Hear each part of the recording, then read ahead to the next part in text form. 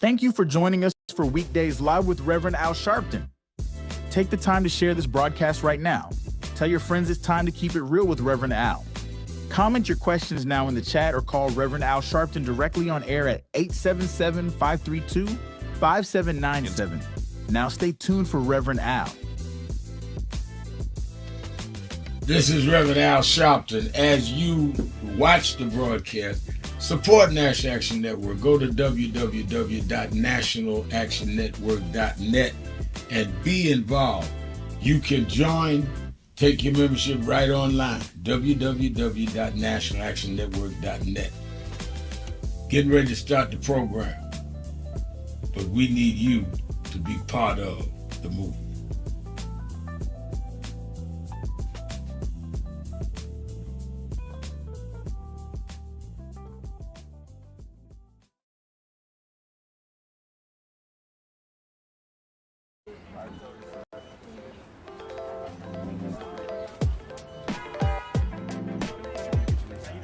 It is such a pleasure to be here with Reverend Sharpton and this entire congregation on Juneteenth weekend to not only celebrate freedom, but recognize the work that is still to be done to ensure that that freedom is within the grasp of each and every New Yorker who has helped to build this city. Thank you for having me, as always.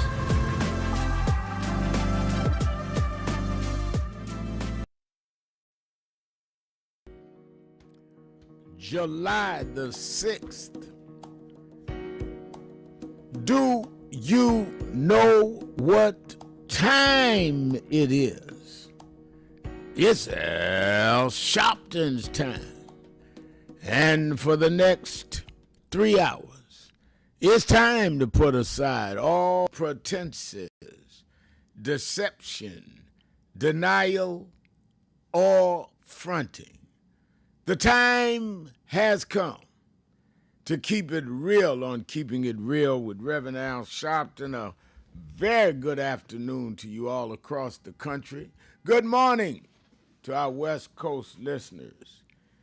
Welcome to those listening on Sirius XM, Channel 126, The Urban View, where talk becomes action, and talk is empowering only when it becomes action. I'm coming to you live from our National Action Network headquarters, corporate headquarters in New York. For the next 3 hours, it is Hot Button Monday. Hot Button Monday is where you can talk about whatever is on your mind, whatever is in your heart. All you have to do is call us at 1-877-6. I'm giving the Sunday number, 1-877-532-5797, 1-877-532-5797, or you can go to our message board at nationalactionnetwork.net, nationalactionnetwork.net. The Mayor Rodney Jones already has weighed in, saying it's Hot Button Monday. Yes, it is, Mr. Mayor. And Demetrius Jones says, good afternoon, Rev. I really enjoyed the NAN rally on Saturday. Great speakers. Yeah, I watched it. I was in New Orleans. I only missed maybe no more than 2 Saturdays. And I had one of our board members, Reverend Lawrence Aker, pastor Cornerstone Baptist Church in Brooklyn, and I had my special assistant, Reverend Stephen Marshall, do it. They did a great job, both of them. Donna Howard is saying, good afternoon, Nan family. Glad to wake up and see another Monday and listen to this wonderful broadcast. Well, thank you, Donna. Glad to have you with us. Well, there's a lot to talk about. And let me say this, 2 things that I want to really raise that are signs of the time. Sometimes we get twisted. We get it twisted. One is that the Trump administration has called for the closing of the Civil Rights Division in federal agencies like Department of Education, Health and Human Services, Department of Agriculture, etc.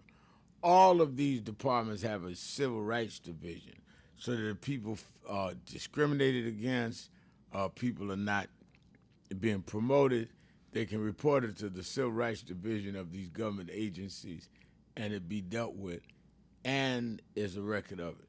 They're wiping that out. So when Donald Trump said kill DEI and we were saying it's going to keep going until we stop it, here's an example. So if you're working at one of these federal agencies, you will not have a department to bring a civil rights claim. If you got money, you might be able to go to court. You got a lawyer. That's external. But you cannot make an internal civil rights complaint if you have a civil rights situation that needs to be explored. That's one. Secondly, on the 4th of July, Trump had his rally that night. There was a lot of storming, so he had to do it late. But during the day, scores of members of the group, the Patriots, marched through Washington with masks on. There's a picture that's been all over the news of they were sitting on the train with a young black girl sitting between them. This is the same group that was in Virginia when there was the whole disturbance around taking down the Robert E. Lee statue. And they marched in Virginia saying, Jews will not replace us. We will not be replaced. No discrimination departments. White supremacists openly marching. And you wonder why I'm saying we got to fight back. I was at the Essence Festival all weekend. Went in Thursday night, did this show from there. Friday, did Politics Nation from there Saturday. And I spoke at several of the workshops. I worked round the clock. I spoke at the Superdome on Saturday night, pushing the rally on the mall at Lincoln Memorial on August 28th and challenging what's going on. And I'll tell you, the crowds were there. Anybody tell you that Essence didn't have any people is lying. They had more people this year than last year. It was jammed everywhere. But all this contrary publicity they give in Essence, it hasn't stopped people from coming. It is the largest gathering of blacks on an annual basis in the United States. And everybody from Michelle Obama to Patti LaBelle to Babyface to Brandy, everybody performed at night. But they had concrete, substantive workshops during the day. And would let me come on stage Saturday night on the actual 4th of July to talk about my feelings. And that is, July 4th, 1776 is not a holiday for us. We were slaves. But we can celebrate that we broke the bondage, the chains, and never stopped fighting, kept going all the way till we elected and reelected a black man president, a black woman vice president. But they're trying to back us up. They know better than we do that they never intended for us to be able to put a black man in the White House, a black woman as vice president. They know better than us that they never intended to see black billionaires. They know better than us that we're in positions they never imagined that their former slaves would be in. We must be built different. We must be strong. How could they take all we did and they still standing? They know who we are. because they know there was no way we supposed to survive what we survived. Problem is, we don't know who we are. In our blood run the veins, in our veins run the blood of people that never gave up, took their names, took their culture, broke up their families, sold them to different states, took their values, yet somehow they survived. Lincoln had Reconstruction. We started building black banks. Our black churches were our basis of building our businesses, our politics. We put several people in the U.S. Congress. Andrew Johnson came in, backed up all of that. No Reconstruction. 100 years of Jim Crow, legal segregation. Civil rights movement comes and begins breaking up discrimination. Brown versus Board of Education, 54. Montgomery boycott, 55. Wins in 56. On and on to the Voting Rights Act and the Civil Rights Act, 64, 65. We never stop. Trump is trying to go back, taking the meat out of the Voting Rights Act with the Supreme Court decision. Question is not when are they going to stop. Question is, why are you stopping? That's why we march in Washington August 28th. That's why we meet every Saturday in New York and our chapters around the country. And there are other organizations out there. It's not what's wrong with them. They are doing what their forefathers did. It's what's wrong with us. We're not doing what our forefathers did. They fought back, whether they did it marching, boycotting, or self-defense organizations. It's always been more than one way, but they stayed out each other's way to get something done. So let's talk about this today. Hot Button Monday, I'm going to open up the phones. It's White Supremacist March. The ending of agencies having civil rights division. Trump interfering with FIFA. That's become a controversy. A lot to talk about. I can't wait to hear you tell me what's on your mind. 1-877-532-5797. 1-877-532-5797. Shopton. Keeping it real. Be right back. Keep it real. Keep it real. Voting rights! Voting rights. Everyone look here. Say it again, Ms. Pearl. Voting rights. Voting rights. One more time, Ms. Pearl. Voting rights. There we go. Voting rights. Voting rights. Voting rights. Voting rights. Voting rights. When do we want it? Now. When do we need it? Now. Yesterday. What do we want? Voting rights. When do we need it? Now. What do we want? Voting rights. When do we need it? Now. Do you know what time it is? It's Al Sharpton time. It's time to put aside all pretenses, deception, denial, or fronting. The time has come to keep it real on Keeping It Real with Reverend Al Sharpton. You need to keep it real with Reverend Al Sharpton right here on Uber TV. Reverend Al Sharpton, and we're back. 1-877-532-5797. 1-877-532-5797. Let's go back to the phone. Attorney Jennifer Jones Austin is.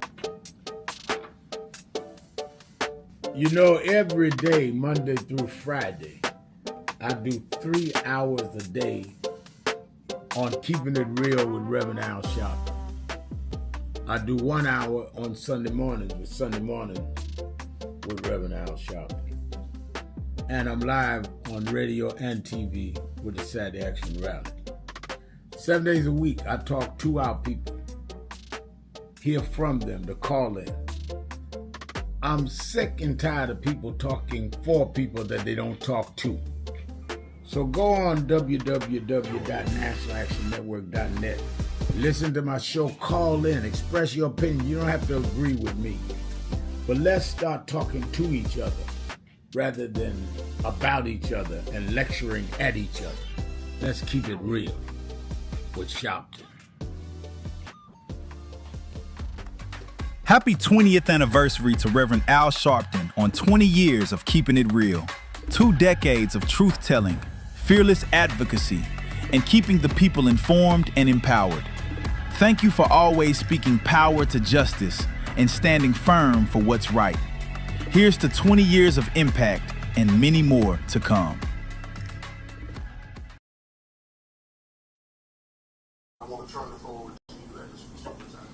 Well, thank you, President Dr. Kimber, and to all of you on the board. I wanted to personally make this appeal from National Action Network and Martin Luther King III and Andrea Waters King, that we've been moving around the country organizing to deal with the question of redistricting when they have used the Supreme Court now to redraw lines that will in many ways break up majority black voting districts.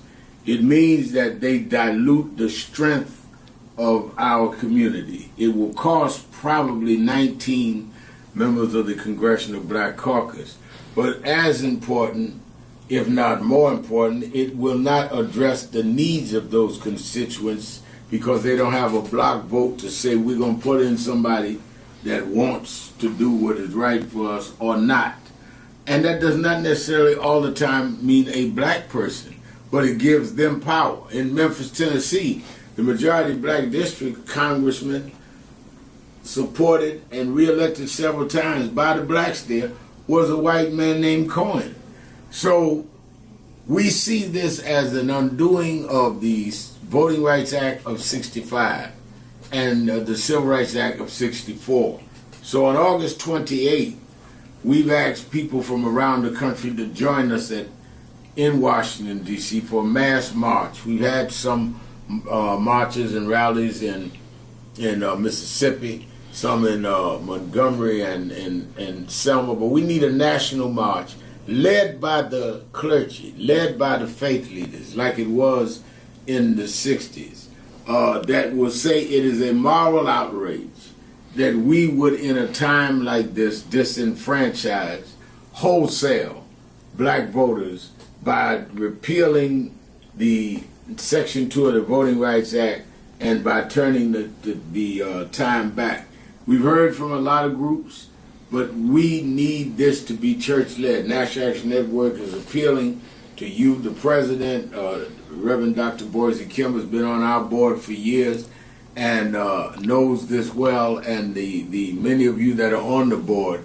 But we need to send a national message in a peaceful, nonviolent gathering led by the clergy, along with Dr. King's son, and along with his daughter-in-law, and along with other leaders.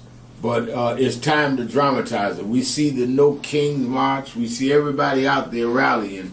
Where's our voice when we're the ones being disenfranchised? We're the ones being attacked. And I think that if we would stand up, the people will step up because the people understand the gravity of the hour. And I think that we are called upon at this point in history to do what those leaders of the black church did before our time and in our childhood. So I thank you, President Kimber, for giving me an opportunity to make the appeal to the board itself. You have the information. We're going to have buses from all over the country. Those churches that have buses, we give information. Those that don't, we're willing to help supply them. But we need to show a big number right in the nation's capital. History should not say they stripped us of everything and there was not a national response led by the black church. Thank you very much for these few minutes.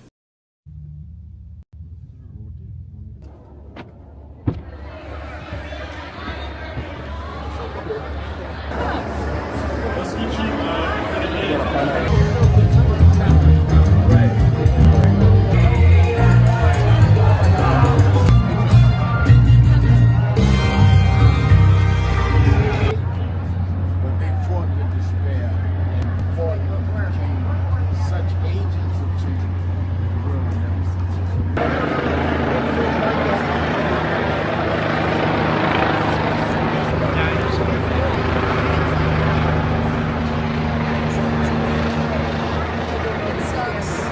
I'm surprised to see you here. Kathy Rhodes. Yeah, Kathy. How are you? And my lovely wife, Lisa.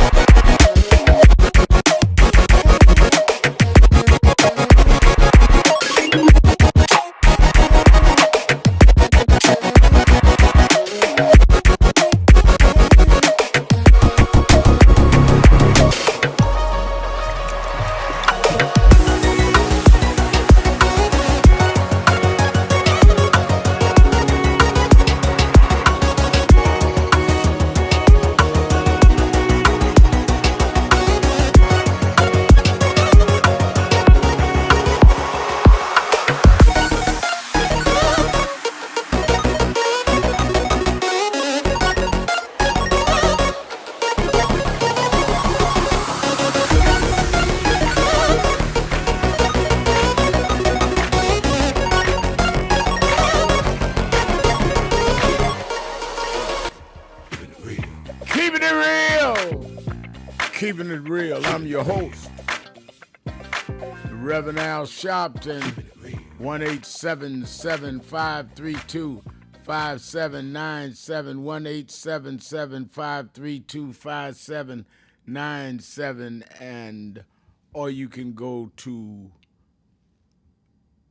our message board on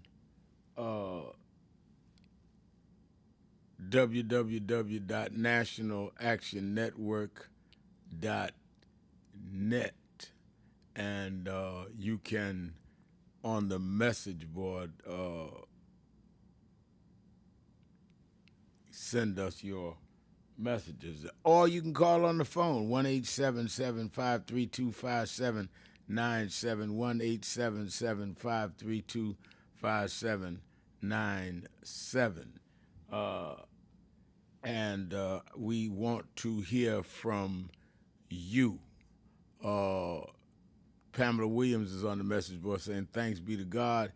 He has placed you in the lives of so many as a mouthpiece. We thank you and pray for you and continue." Kilwaukee says he's gone to a 15-year-old, 10-year-old article about did we owe taxes. No, we don't owe any taxes. If you get they got a thing called update. What do they do on your social media? Refresh. You need to refresh, son, and find out. And yes, we did at one point have taxes that we had to pay, and that's where they came at Dr. King. They indicted him for income tax. They ain't nothing new, but we settled all that. So get you a refresh, and you'll be fine. I guess you maybe have a Rip Van Winkle problem. You've been asleep and woke up, and it's a new president again, and it's a new situation. But I laugh when people do that because if that's all they got, it sure they ain't got nothing. I'm on radio 6 days a week. I'm on television, my own show twice a week, and on other people's show once or twice a week. So I obviously ain't hiding from nobody. Anybody know where to reach me. Just turn on the TV or the radio. So let's calm down. Let's start with some of our callers.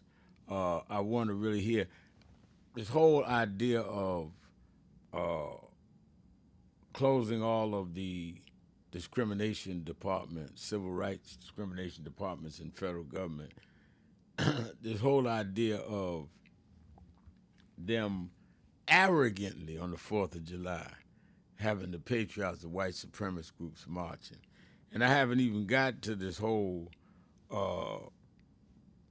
controversy of Trump calling the head of FIFA to get them to change a call they made in a World Cup for the American.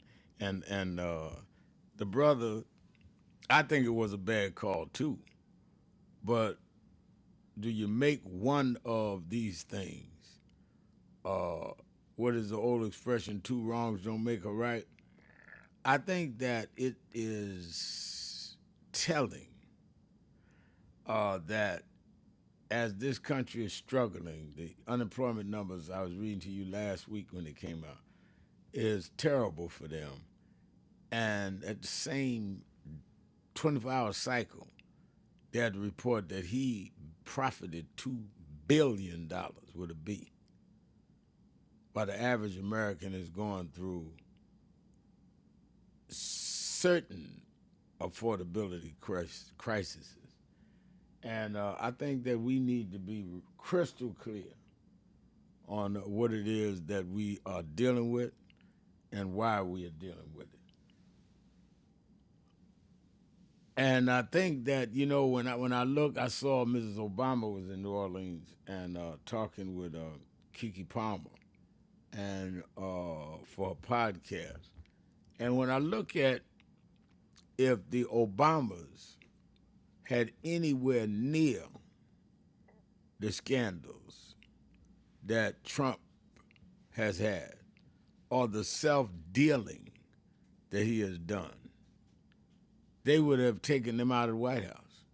That's all you got to do is measure it up with Obama and see if they would have been allowed to do that. And then you know the double standard is real. Joanne Kemp is saying, I'm confused as to why Trump continues to post racist memes about Barack and Michelle Obama.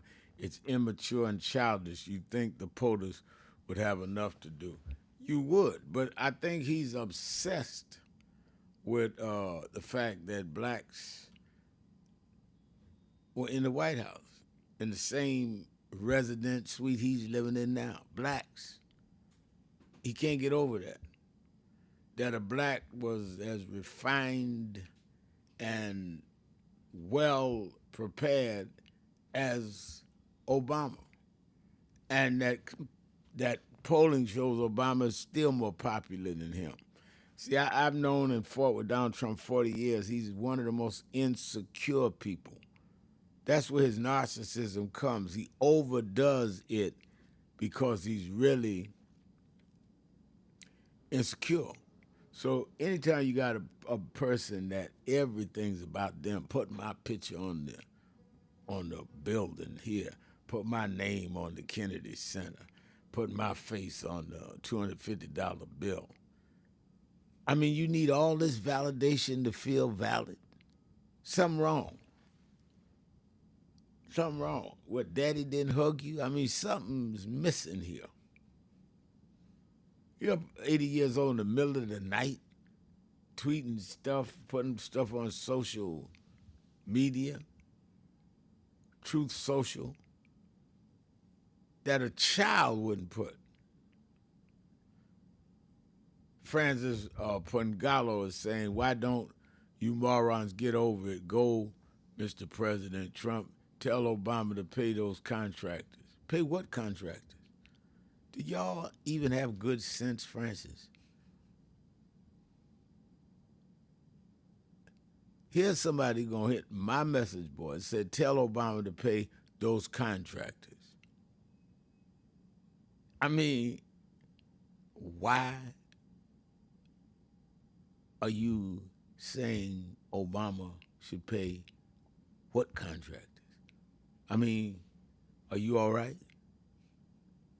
What'd you do for the fall? Did you come through all right? I mean, You got one guy on a 15-year-old story about Nan and taxes and me. And you got Francis now telling Obama to pay contractors. What contractors you talking? You talking about the contractors that Trump had mess up the reflecting pool at Lincoln Memorial? Obama's not president. Why would he pay for that? Are you talking about the contractors with the ballroom? Obama didn't tear down the East Wing to build a ballroom. Trump did. I mean, what contracts you talk about? I'm serious. Are you okay? Because y'all just, I have no problem with valid criticisms or questions. But when people just saying stuff that is crazy, I can't help but address it and call crazy, crazy. Nonsense, nonsense. But the good news, they say there's good in everything. The good news is y'all are listening to the show. Otherwise, you wouldn't know how to send me a message board. So thank you for listening to the show. Thank you. I hope you watch TV show, too. It help us with the ratings. We're doing good, but you keep watching to help us even more. Let's take a break. We're being right. James Thomas says, I guess Francis has been eating too much blueberry pie. That goes back to my old commercial. I had to stop and laugh on that one. That one, James. Keeping it real. Shouting. Going to the phones right after this. Keeping it real.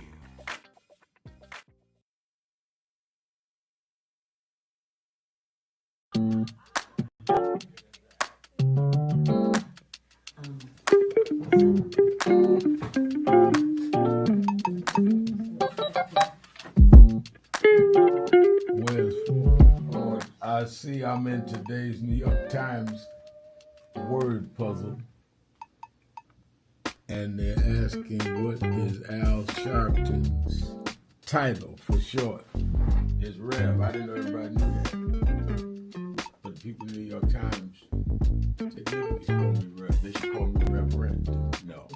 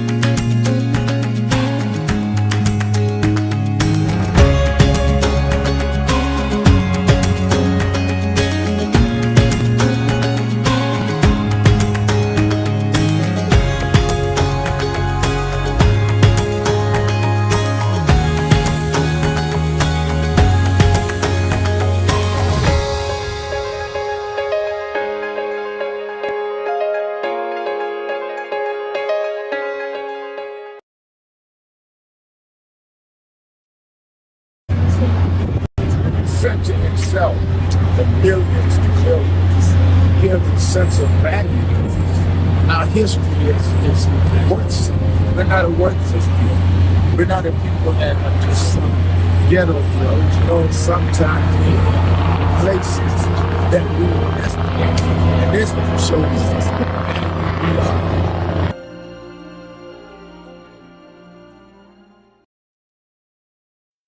Some of you forget where you come from and forget how you got there and act like you got there because you were qualified or that you had a good resume. But some of us had to pay a price for your resume to even be read.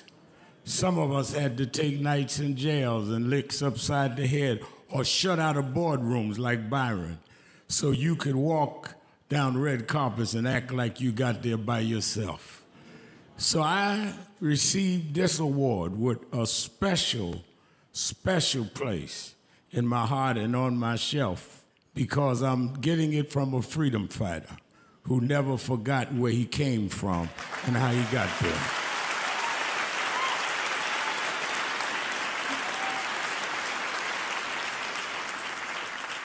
Yes, we've come a long way. We've had now a black president and now a black vice president, but we still can get shot down and have to march to get a case in court. We still can get shut out of boardrooms. We're still doubly unemployed in a good economy. So we're gonna have to keep marching. And I thank not only my family, a mother that raised me by herself, but I thank that lady at the end of the march that knows she won't be on TV that night and knows her name will never be in the paper, but she believed in me enough to get at the end of the line and make me look good. Because Dr. King used to say, if you call a march and no one shows up, you just going for a walk. And I want to thank those that marched with me. 32 years ago, here in Los Angeles, we marched. And then many years later, with George Floyd and others, we're still marching. And I'm gonna keep marching, I'm gonna keep agitating, and I'm gonna keep going.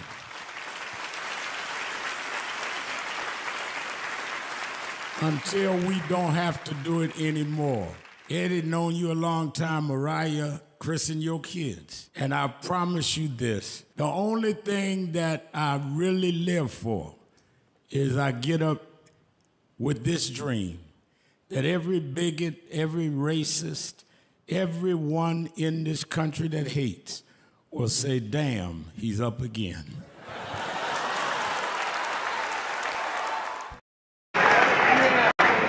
I remember I was 12 years old. I was a boy preacher in the Church of God in Christ. Bishop Shear knew my bishop, Bishop Washington. Bishop Washington, my mother was concerned I was getting into politics. They brought us to Reverend William Jones, his daughter's traveling with us. And Reverend Jones introduced me to Jesse Jackson. I became his youth director in New York at 13. I liked Reverend Jackson because he was a little hipper than the older preachers. He was 27, I was 13 by the time I became youth director. So he was like a father figure to me. When I got about 40, he said, quit calling me father, call me big brother. We went to the Carr Center, and James Meeks and Jesse Jr. and I had dinner with him that night. And that's where he said to us, Al, Meeks, Jesse Jr., y'all are my disciples. And we said, disciples? And for years we joked each other. I'd come in the room and Junior say, here's disciple number one. But discipleship meant you carried forth the vision.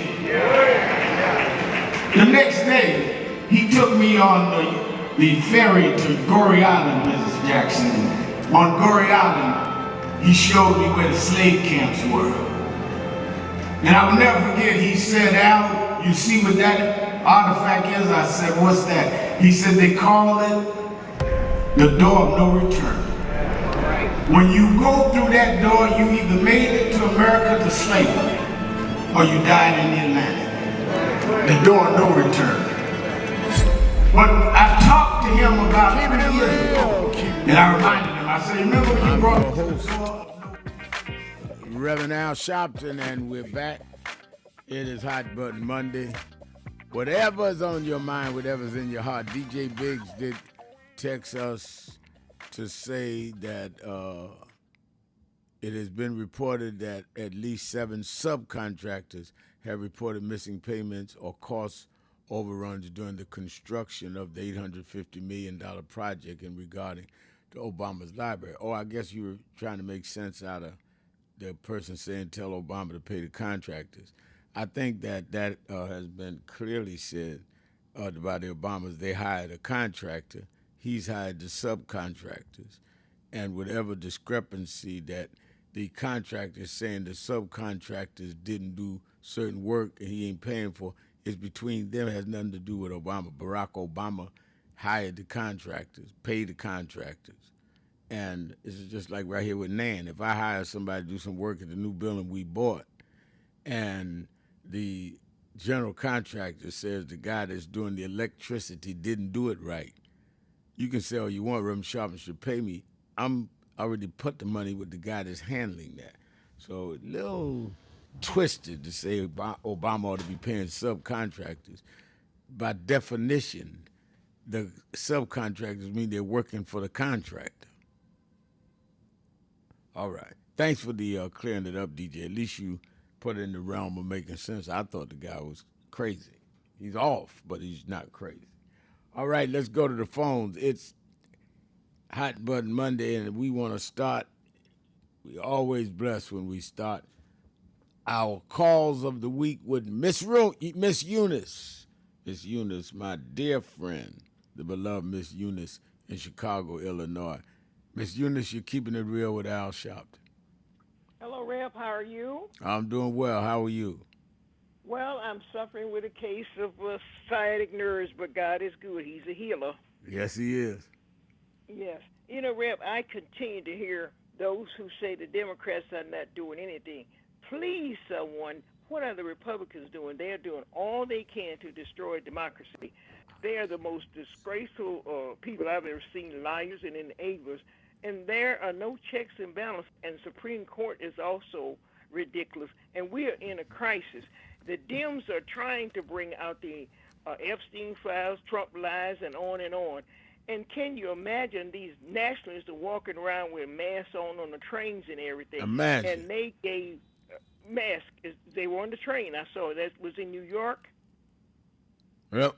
No, in Washington. New York? Oh, it was, okay.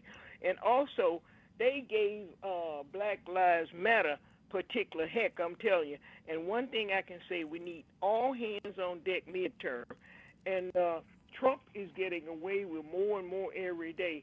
Have you heard a lot about these data centers? Yeah. Some unscrupulous guy owns them, and people are really rebelling against them.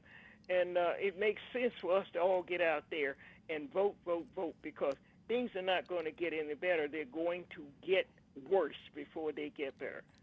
Well, so, the only shot we have, concrete, I'll put it that way, is to vote and get these people out of power. You know, the whole debate, Miss Eunice, on progressive versus establishment. Well, that's cute, but let's look at that. Progressive for who? We got to define, does progressive cover everybody, and is it everybody's progress? And establishment for who? Who's established?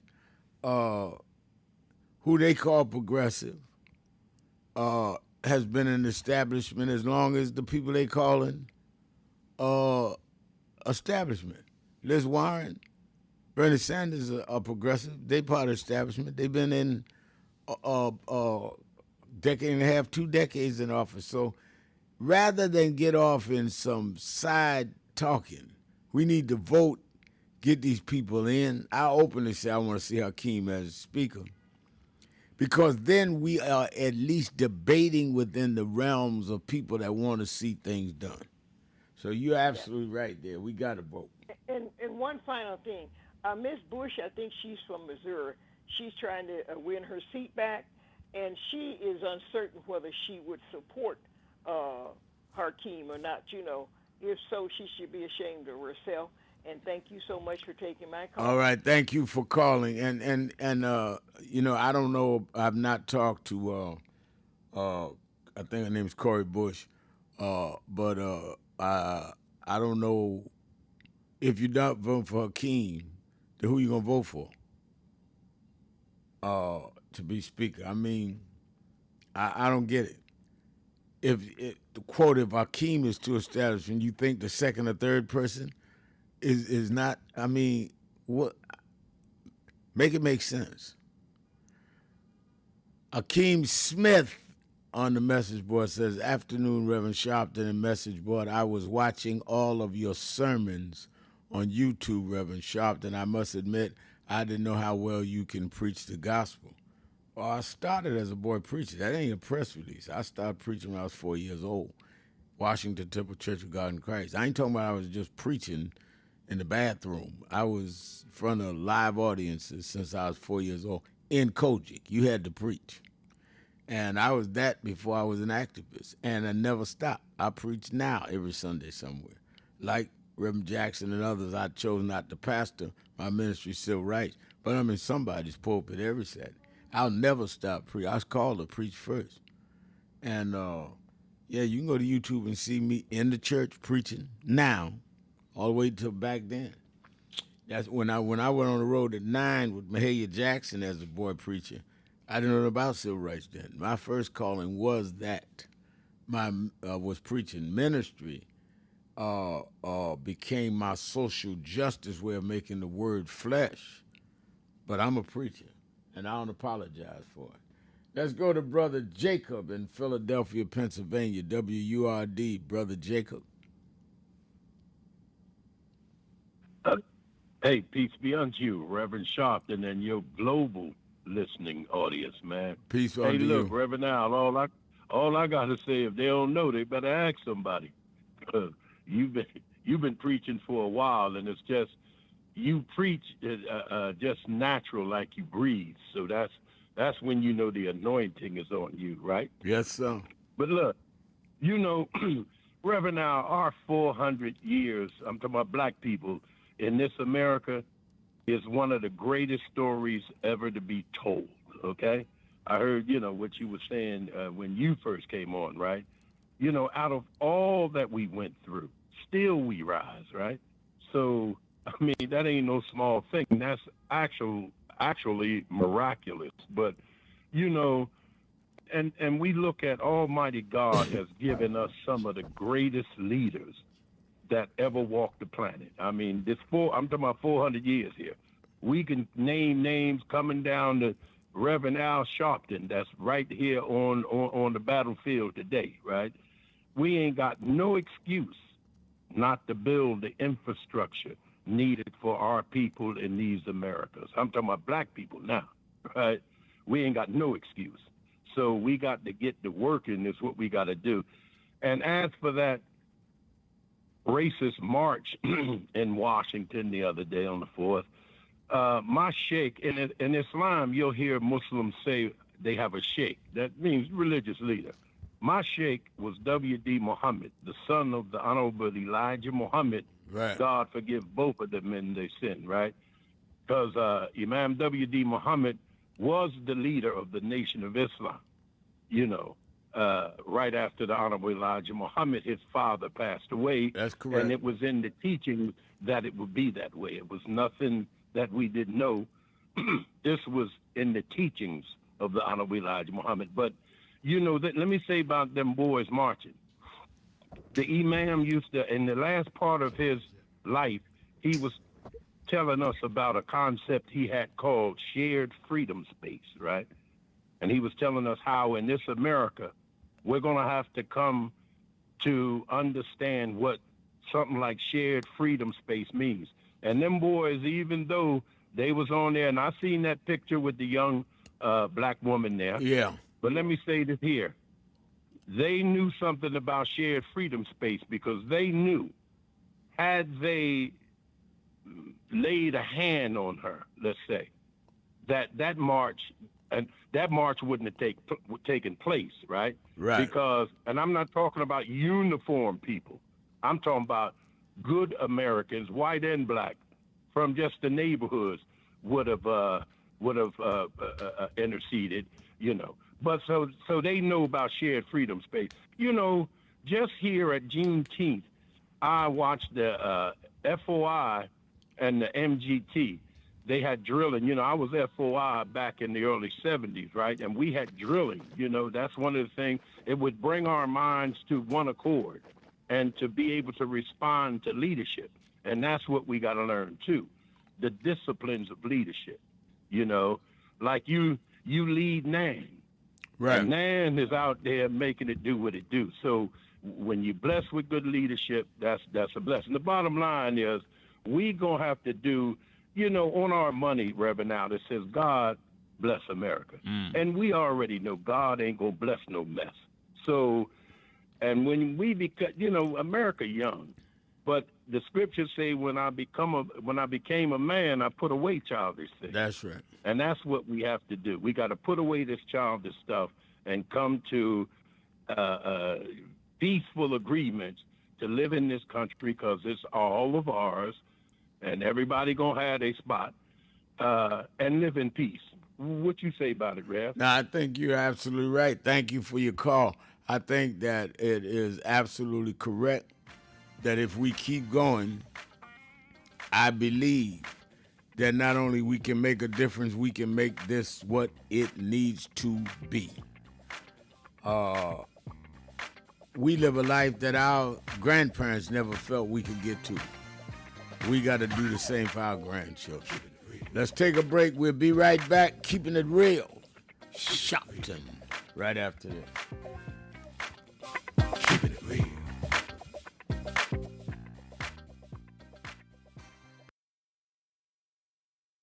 Thank you for joining us for Weekdays Live with Reverend Al Sharpton. Take the time to share this broadcast right now. Tell your friends it's time to keep it real with Reverend Al.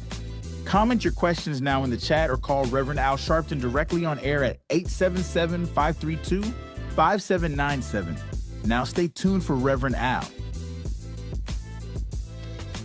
This is Reverend Al Sharpton. As you watch the broadcast, support National Action Network. Go to www.nationalactionnetwork.net and be involved. You can join, take your membership right online, www.nationalactionnetwork.net.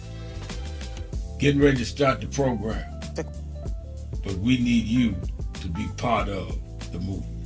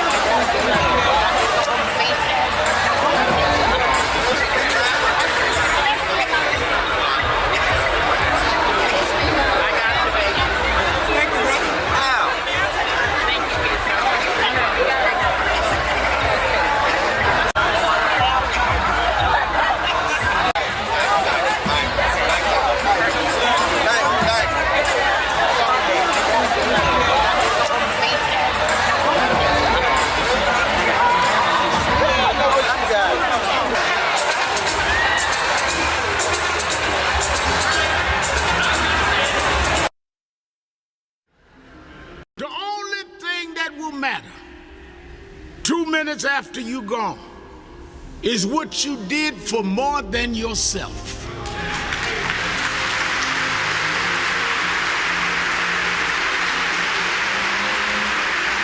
Think about this. Think about if today is your last day. If this is your last service, what can they say about me? And if you're not satisfied with your own answer, you should leave here today working on yourself and building on what you need to build. Because God is here, He's available to you if you but use what He's giving you to be more than self-indulgent. Now, I know many of us come with reasons we won't step out. But I come to tell you that's why God is here. God takes the ones that are the least likely and gets the most done. As I have seen in my life, People that were the unexpected and rejected are the ones that end up the greatest. So don't let whatever mistakes or whatever things that may be in your past hold you back. God is not trapped in your past. God is there for your future. And he's there that every day you wake up was a divine decision he made to give you another opportunity to serve.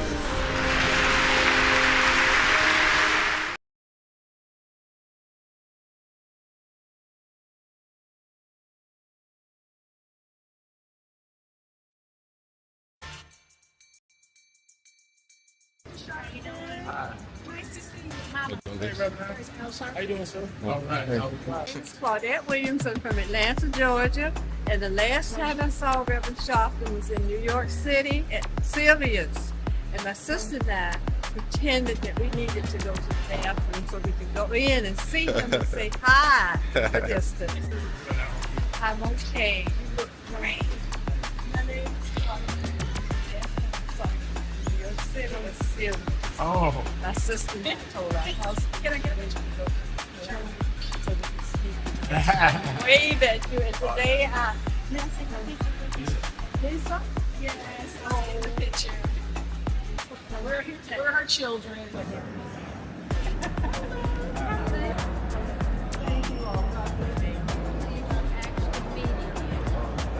Reverend, it's really great to meet you. Dad, were you in? It's an honor to meet you. Okay, come take a selfie. Thank you. Meet you back there right quick while you more minutes.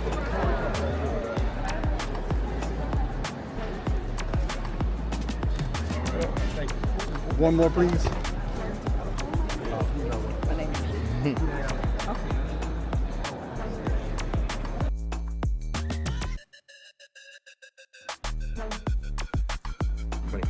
I'm still exposed.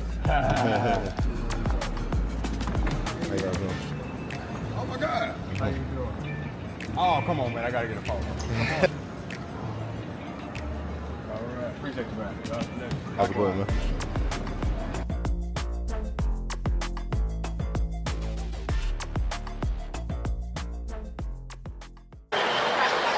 With respect to black culture, there is one person who has been doing this for decades. He has been supporting our communities. He's been fighting for our communities in the trenches. He's a fighter, he's a civil rights icon, and he's a visionary. The Reverend Al Sharpton. Thank you. Right now in Washington, D.C., they're having on the National Mall the celebration of July 4th. But what they will not talk about is on July 4th, 1776, black people were slaves in this country. We were not part of the Declaration of Independence. But we celebrate tonight because 250 years later, we never stopped fighting, we never backed down, we took nothing and made something happen. If you want to celebrate something, celebrate that we built this nation on our backs and never got paid. They sing America the Beautiful. We made America beautiful. They say America the Great. We made America the Great. And we fought and we bled and we died to get the right to vote. And now Trump and them are trying to take that right. We fought too hard. We spent too many nights in jail. We will vote like we never voted before.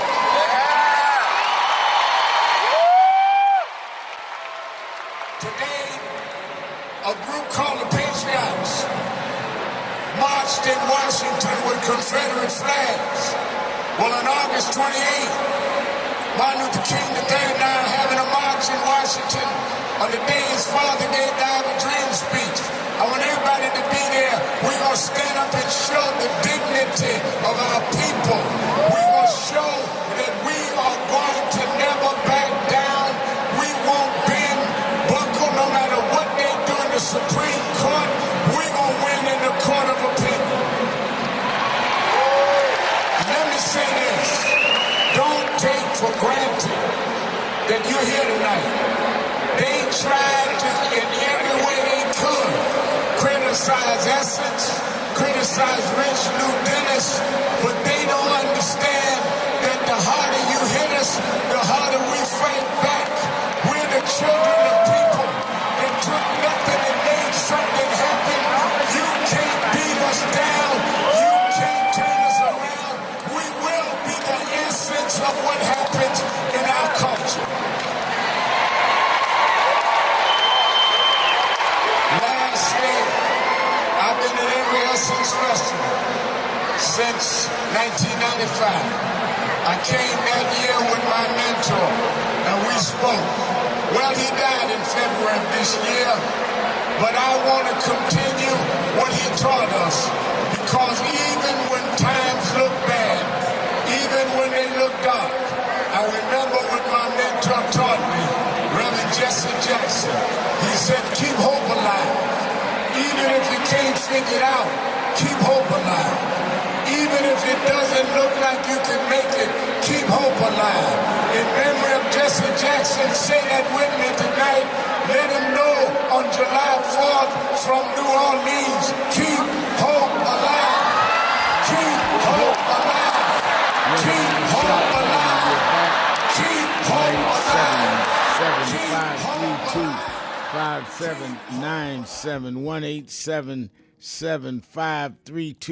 5797, or you can go to our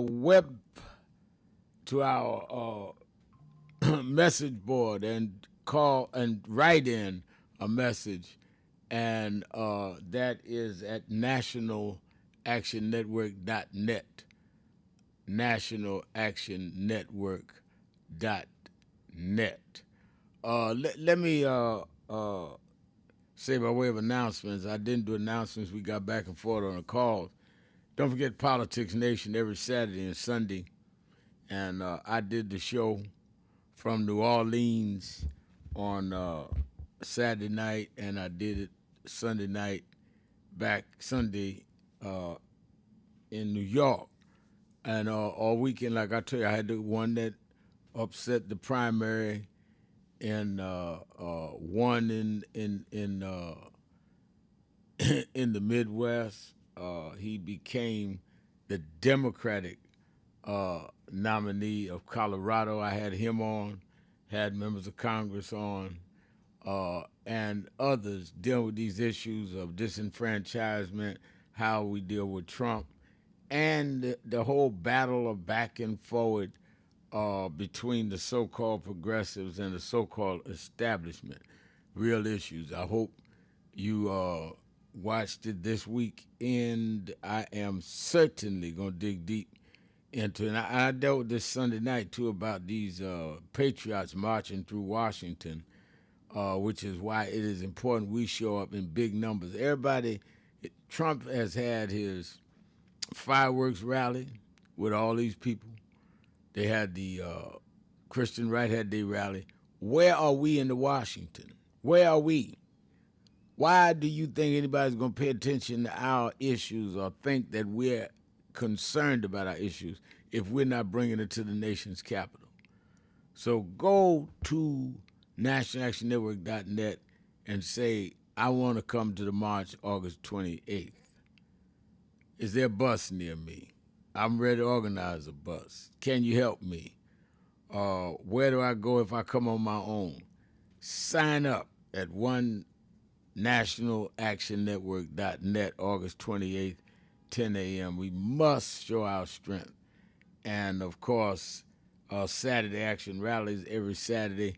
Last Saturday, we will be at Mother AME Zion, and our Building is ready. We're just waiting on the building code to give us a final certificate because I don't want nobody saying we in there and I didn't wait. And I must have a deal with the man. All this foolishness they come up with.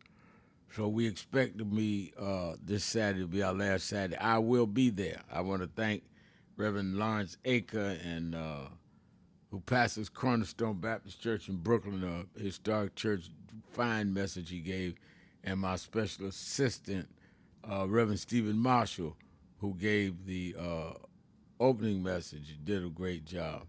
But I'll be there this Saturday looking for you, and you, 137th Street and Lenox Avenue, 9 a.m. to 11 a.m. at the Mother AME Zion Church. Talking about Politics Nation, we're joined, as I had on the show this weekend, by the Democratic strategist and founder and CEO of Blueprint Strategy, LLC, Antoine Seawright. How you doing, Antoine? It's great to be with you this weekend, and the block is hot, as Lil Wayne would tell us, because there's so much going on. So much going on. Let me do some inside baseball talk. I understand I've been reached out to by some of the people that do NASHAC's network chapters in South Carolina, and I understand that the Rules Committee of the DNC is going to meet soon, and we want to make sure that they do not take South Carolina out of being one of the opening primaries. We just, I think for the last cycle or two, South Carolina is the second primary, and rules can change that. Give us the information as you have it and what it will mean either way, whether it's changed or not changed. Well, every 4 years, the DNC decides the order of the primary states for the next presidential election. President Biden made a recommendation 4 years ago that South Carolina be the first in the nation state because he thought that the primary process should be reflective of black voters and black issues being heard first. So he made that recommendation. The Rules and Bylaws Committee took up the matter and made South Carolina first in the nation primary. And although the test case was not really tested because President Biden was our nominee at the time, a sitting president, and so we did not have the type of open primary that you're going to have in 2028. So now there's a discussion about what the primary order looks like. There are a lot of people who are trying to move South Carolina out of the first in the country slot. There are a lot of people who want to move South Carolina out of the first in the nation slot. The reason why it's important for South Carolina to not only remain first in the South, to also remain by themselves and in the early window is because, one, over 60% of the people who participate in the South Carolina primary are African American. Black voters are the most loyal and dedicated voting bloc in the history of this country when it comes to the Democratic Party. Since 1992, no person has won. Every person who has won the South Carolina primary has gone on to be our party's nominee, with one exception in 2004, where neighboring son John Edwards won the primary, didn't win the nomination, but he ended up being on the ticket that year with John Kerry as the vice presidential nominee. And not only that, when you look at the terrain of South Carolina, it's very reflective of the terrain of what happens after South Carolina. And might I just add, Rev, that 48% of enslaved Africans who came to this country came through the port in Charleston, South Carolina. So I always tell people when they say why South Carolina is so important in the political conversation, I say that the same hands that once picked cotton now pick presidents. And we have to keep that message going. We have to keep South Carolina in the early window because we need to keep black issues on the forefront.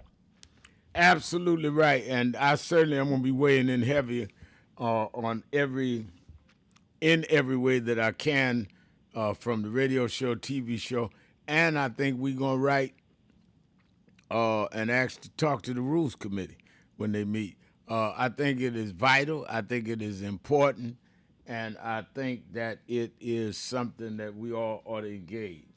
All right, let me ask you, as we are looking at what is going on in the whole politics around the Smithsonian. Our President Trump has been quoted as saying that he thinks they're radicals running the Smithsonian.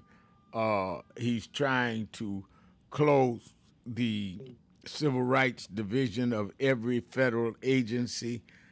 I would think that these blatant, bigoted moves should energize our community, Antoine.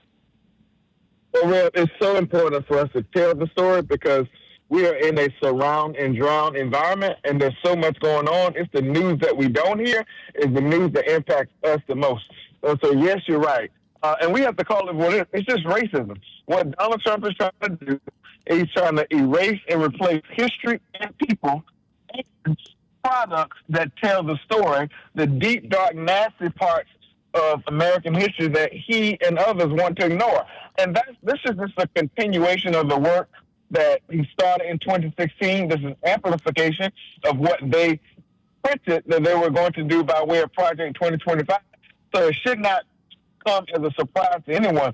What should be surprising is that we don't see more of an uprising in the media about some of these things that have happened and the impact on Black and brown communities, as we talked about on Politics Nation on Saturday when I was on your show.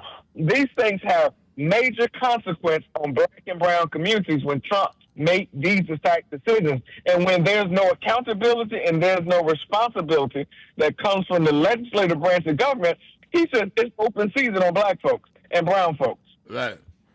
All right. On the message board, I see the mayor's on his job. Mayor Rodney Jones is saying to Akeem Smith, Akeem apparently came on the message board saying that that is Reverend Sharpton. Me and my mom live here in East Hartford, Connecticut. Where do we go to board buses to go to Washington on August 28th? If you just call, as the mayor's saying, the NAN office, 1-877-626-4651, 1-877-626-4651.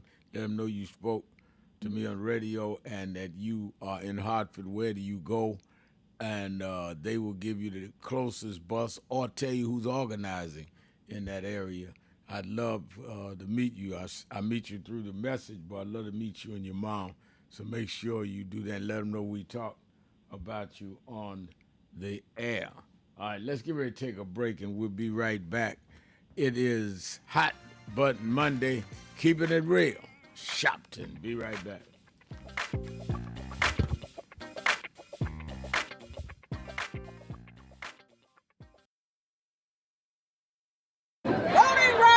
Voting rights. Everyone look here. Say it again, Ms. Pearl. Voting rights. Voting rights. One more time, Ms. Pearl. Voting rights. There we go. Voting rights. Voting rights. Voting rights. Voting rights. Voting rights.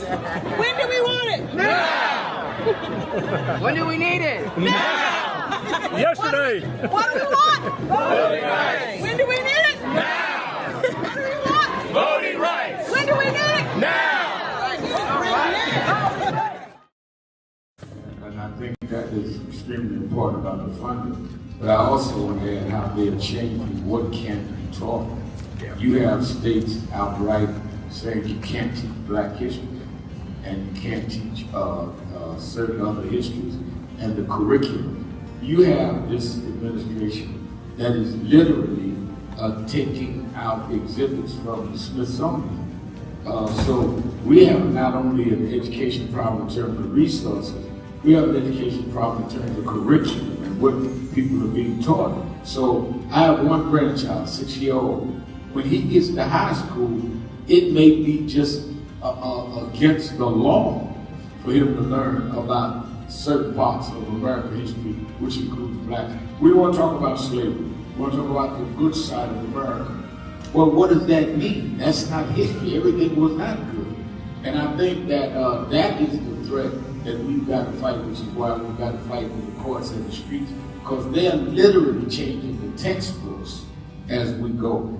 As they do that, they change the opportunities, because then the fight against affirmative action is not having access to these institutions and telling these institutions, this whole fight around DEI, which they did, started in Harvard with a Black woman president. Started with them saying, can't teach diversity in an Ivy League school like Harvard. It didn't start in Little Rock at the high school. This fight, this time, was Harvard. And they went from there on. And I think that we've got to have the same resistance as they could fight in the 50s. That ACP would have fought together and deal with the question from Little Rock in terms of desegregation. Then we that are far more educated, far more economically secure personally, have no excuse in the age of what they did in Harvard not to be standing up back in this.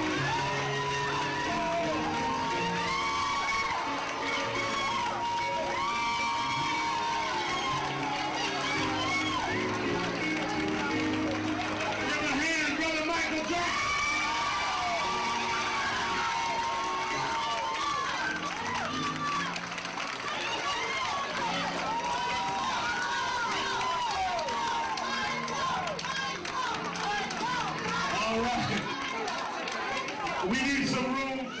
All right, hold on.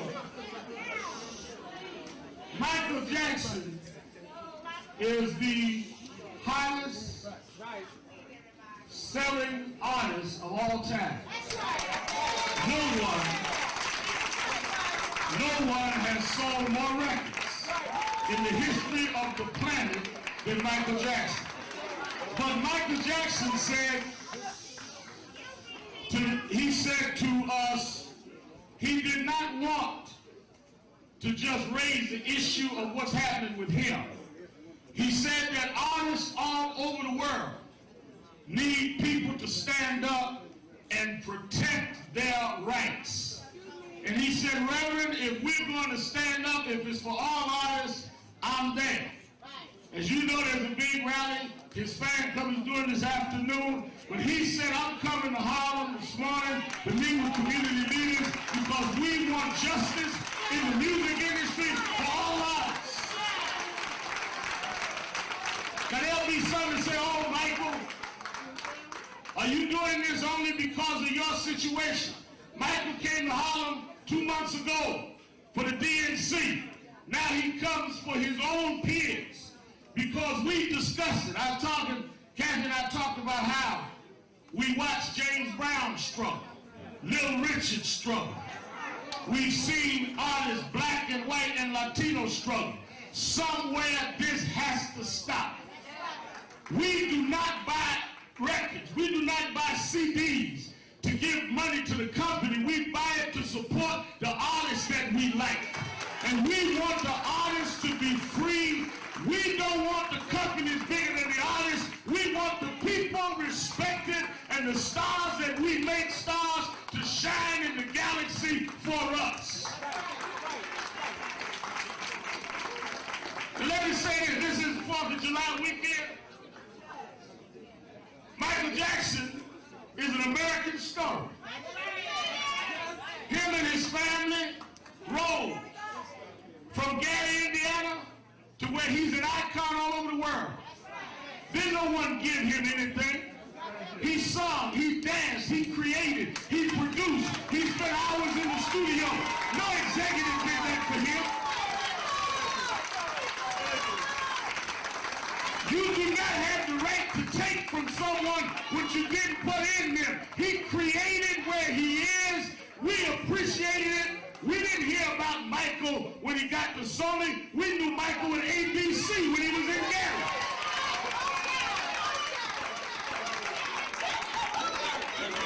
They got thrilled when he did Thriller. We was already thrilled. We were already off the wall. And we coming off our seats to stand up for justice in the music industry.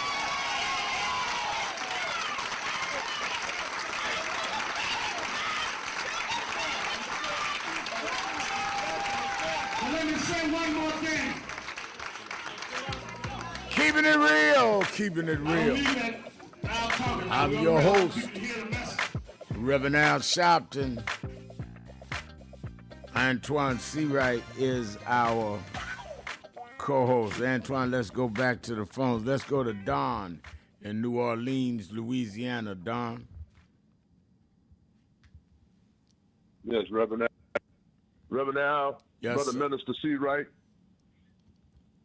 Thank you all for showing up at the Essence Festival. Each and every guest, member, celebrity, engineer, everyone. Thank you all for gracing the city with your presence. And I hope you had safe travels back home and everything is in order at home. Everything's fine. Yes, sir. And I hope that, Reverend Al, Minister Seawright, that you can get a candidate, Democratic nominee for United States Senator Jamie Davis, black farmer out of Tensas, Louisiana. He's running against Judy Letlow, who got the Trump endorsement to defeat Bill Cassidy as an incumbent U.S. Senate. Jamie Davis is running. He's the Democratic nominee, a black farmer, I think he's fourth or fifth generation farmer, and he's the nominee for the Democratic. Beat another black gentleman, Gary Crockett, for the nomination. He's a Democratic nominee in Louisiana? Yep. Yes, for the U.S. Senate. All right. Yes, sir. And here's the thing. Two other things. When you close the civil rights offices in the government, you close an apparatus. It's unconstitutional because the government we as a people who are the government have to have an avenue to redress any issues in each division, each department. Okay, well, I know voting is a form of redress. The courts is a form of redress, but we have to have a direct way of redressing our government, i.e. through these civil rights officers. And to close them is unconstitutional. But, and we was down in the state, Rev, for the weekend. I mentioned the Attorney General of Louisiana was indicted by grand jury. And she's also there's a recall for her, on her, as well as the governor of Louisiana, who was let's say, a Trump enthusiast, as he is the House Speaker, Mike Johnson. He's ready. They're trying to outdo each other, who can get closest to Trump. But there's a recall petition for him as well, and we have until it has 6 months. So I think it's like in the second month of the recall. It's going pretty well, and it just has to continue to pray for the work, the people, the hard work that's been done on the ground, block to block, county, parish to parish, and city to city to do this recall. Because this governor is they called out. This is what he's done. He took out his dogs, the Louisiana State Police, who, by the way, the same state police who said Ronald Green, who they beat him mercifully to death, who said he died in a car wreck. Wow. They're being charged to investigate the grand jury, Reverend Al. And so he's sticking his dogs on us, on the grand jury. The grand jury has a constitutional right, and they're using the state police to investigate the grand jury in all these parish. And so things like that. So we have to be very vigilant and keep hope alive and keep the hard work, and congratulate all of those people, all of the people, grassroots organizations, and all of the civil rights workers and organizations on the ground each and every day. We talk about 100-degree temperatures, but these brothers and sisters are still out there pounding the ground, pounding the pavements, knocking on doors, and doing the heavy, heavy lifting that makes America great. I think that. So thank you all very much. Thank you for your call. I think that Antoine Don touches on several points, but I think, and as part of the statement I made at the Superdome Saturday night, that what they brag about America being great, we made America great. The enslaved and never got paid for it. This country, and that's not an overstatement, this country became an economic, self-sustaining nation and then went on to be the richest country in the world based on slave labor. So let's not get it twisted. We are not a drag on the country. We are the foundation of the economy of this country. When you hear certain people in this country talk about making America great or the greatness of America, what they tend to leave out is that when we talk about the greatness of America, the greatness of America only happens when all of us are thriving. Not when some are thriving and others are holding on for surviving. If you look at unemployment, you look at credit card debt, you look at healthcare, you name any single issue that has been ever discussed in this country, and you look at where we've been, where we are now, and where we're headed, the common denominator is Black Americans suffer when those issues rise to the top of the list.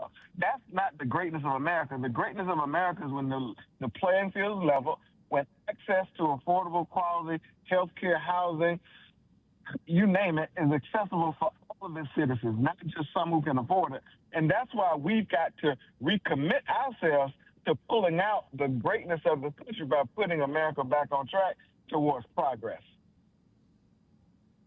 I think that anything less than that is unacceptable. And I think that's the qualifier we've got to give the candidates that run in 28.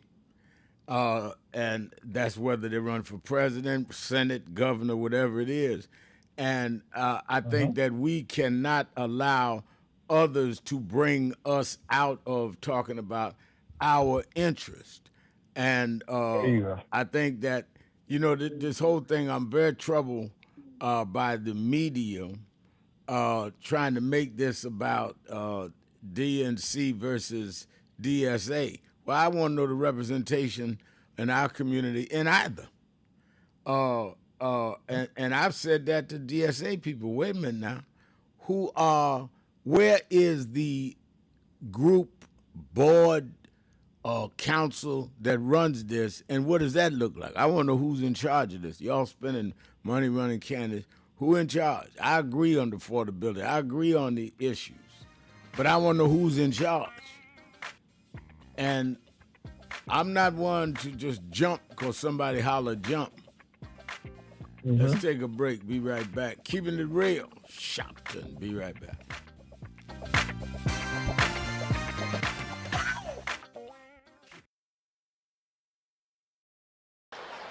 With respect to black culture, there is one person who has been doing this for decades. He has been supporting our communities. He's been fighting for our communities in the trenches. He's a fighter, he's a civil rights icon, and he's a visionary. The Reverend Al Sharpton.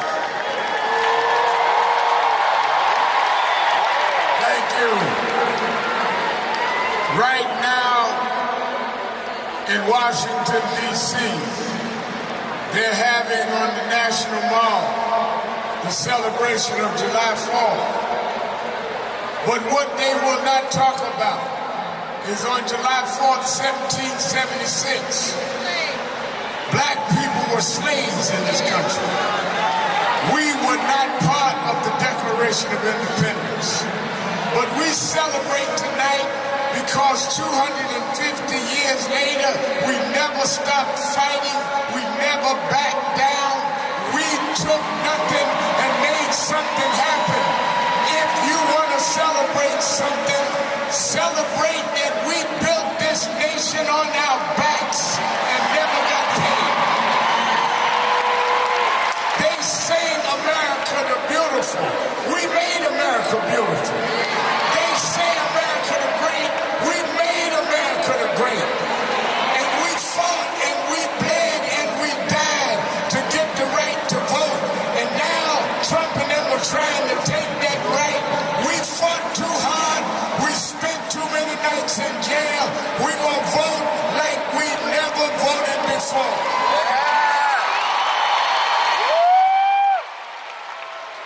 Today, a group called the Patriots marched in Washington with Confederate flags. Well, on August 28th, Martin Luther King III now having a march in Washington on the day his father gave the I Have a Dream speech.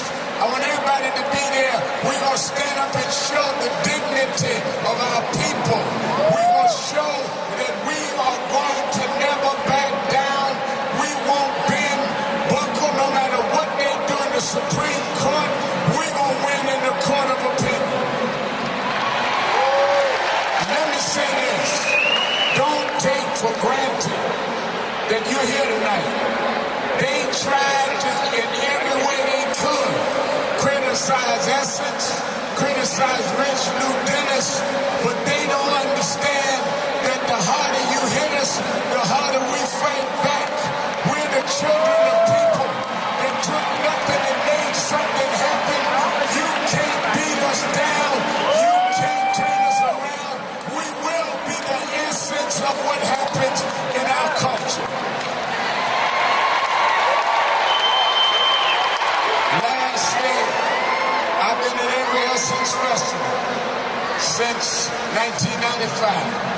I came that year with my mentor, and we spoke. Well, he died in February of this year, but I want to continue what he taught us, because even when times look bad, even when they look dark, I remember what my mentor taught me, Reverend Jesse Jackson. He said, keep hope alive. Even if you can't figure it out, keep hope alive. Even if it doesn't look like you can make it, keep hope alive. In memory of Jesse Jackson, say that with me tonight. Let him know on July 4th from New Orleans, keep hope alive. Keep hope alive. Keep hope alive. Keep hope alive. Keep hope alive. Keep hope alive. Keep hope alive. Keep hope alive. Thank you. God bless you. Thank you. Some noise for the legend. So who is Al Sharpton anyway? Who is this 33-year-old preacher without a church? A number of black New Yorkers as well.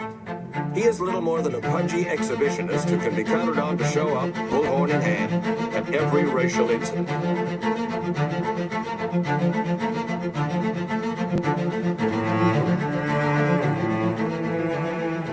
I often quote Mark Twain saying, the two most important moments in life is the moment you are born and the moment you find out why you were born. I had a very troubling conversation the other day that prompted me to do this little video. Young man that I've known a while came to me and he was crushed. I mean, really crushed, because people were criticizing his work. He's in the ministry, but he's also an actor. And he said he couldn't understand why people were jumping all over, criticizing him, trying to find scandalous and derogatory things about him. And I told him, I said, you know, you very young. You don't know the road I've traveled. They call me everything but a child of God. Racial discord, a blabbermouth, a loudmouth, too flamboyant, an agitator, a racist, I a race had to baiter. learn. Yeah, right. I was not defined by how others saw me. I was defined by how I saw myself and whether I was being true to myself. Some of you watching this don't like me. And it doesn't matter as long as I know what I'm doing and I like me for being real. So I'm doing this video to say to you, whoever you are and whatever you do, you may not be in ministry or social justice, none of this stuff, but don't live your life worried about opposition or people that don't like you. You can turn that around. Use me as an example. The same people that called me a scam artist, a con artist, a sellout, or racial hustler and all, I kept going. And the people I respected started respecting and publicly embracing my work. When Coretta Scott King, the widow of Dr. Martin Luther King Jr., had this to say about Al Sharpton. A leader who has protested injustice with a passionate, unrelenting commitment to nonviolent action in the spirit and tradition of Martin Luther King Jr. And I am talking about your leader, our leader, the Reverend Al Sharpton. The other thing that hasn't changed is the National Action Network's commitment to fight injustice and inequality here in New York City and across America. And that's not only a testament to Reverend Sharpton, it's a testament to all of you who are here tonight. First and foremost, to Reverend Sharpton. I saw him when he first came on the scene, and I have marveled at his tenacity, at the development of his intellect, and his devotion to our movement, and much he has contributed to the world we are experiencing. I am honored, and I must say that when I had my debate with Dr. King on the issue of the church and religion, he didn't warn me that after his departure, his space would be filled by another preacher, and that preacher would be Al Sharpton. All you want in life is people that matter to you to say you did all right. And more important, that you can look in the mirror and say, you did all right. Thank you, Rev. Thanks for that introduction. Look, we've known each other for a long time. I'm grateful not only for your leadership and partnership, but quite frankly, more importantly, for your friendship. And thanks to all of you, members of our nation's most important civil rights organization. You have been, over all of your years, such an extraordinary leader. I'm your host, a voice of truth. Reverend Al Sharpton, and we're back Antoine Seawright is our co-host. Antoine, I was just going back and forward with trying to get to the bottom of this Mississippi case, and I will keep people updated as we go. We also are looking at the fact that there is the attempt of some to, in many ways, distract and split up the party participants in terms of black participating in voting in their regular sites. The redistricting thing is a real issue that we're going to have to deal with, so people will know where they voted, get them to come out. We're forming brigades all over the country as we build up toward the march. We're going to release them at the march. Talk about the tricks that people ought to be aware of and ready to move on and not get sidestepped by them in the upcoming midterm elections just a few months away now. Antoine. Philosopher by the name of Al Sharpton, we got to stop their tricks in 2026. And so that's like ground zero, most important thing for us for 2026. But I would also say, Red, that voter suppression is currency and is contagious for them because they know they cannot beat us head to head. So they've got to do everything they can to distract us, to intimidate us, and to keep us from participating.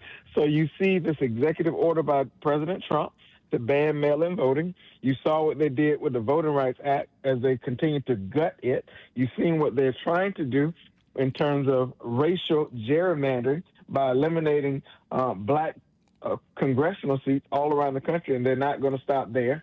We also seen what they're doing when they, as a follow-up to Shelby versus Holder in 2013, where they're changing precincts without notification of DOJ, without having to notify people. They're removing drop boxes. They're trying to change the rules as it relates to registration. They are also, Reverend Al, are trying to exterminate people from the rolls if signatures do not match up. All these tactics that we've seen pre-1965, they're doing them in 2026. That's why we have to be on guard. We have to be firm, and we've got to make certain that there's a coordinated effort, not just with the civil rights groups, with every single person who has an interest in this election. That includes brothers and sisters who do not look like us or share our same historical relationship, if you will, with voter suppression and voting rights in this country. So I appreciate what NAN is doing, NACP and others, but we've got to get some the organizations with different complexions to join in because they have an obligation. They have just as much at stake as we do in this upcoming election. Let's go to Tyrone in Baltimore, Maryland. Tyrone. Yes, I'll start this show. I was just wanting to weigh in about the gentleman, Folarin Balogun, the soccer player that Trump weighed in on. The what? What Trump doesn't know. The gentleman that does what? The gentleman that got red carded at the black gentleman that got red carded at the FIFA competition. Okay.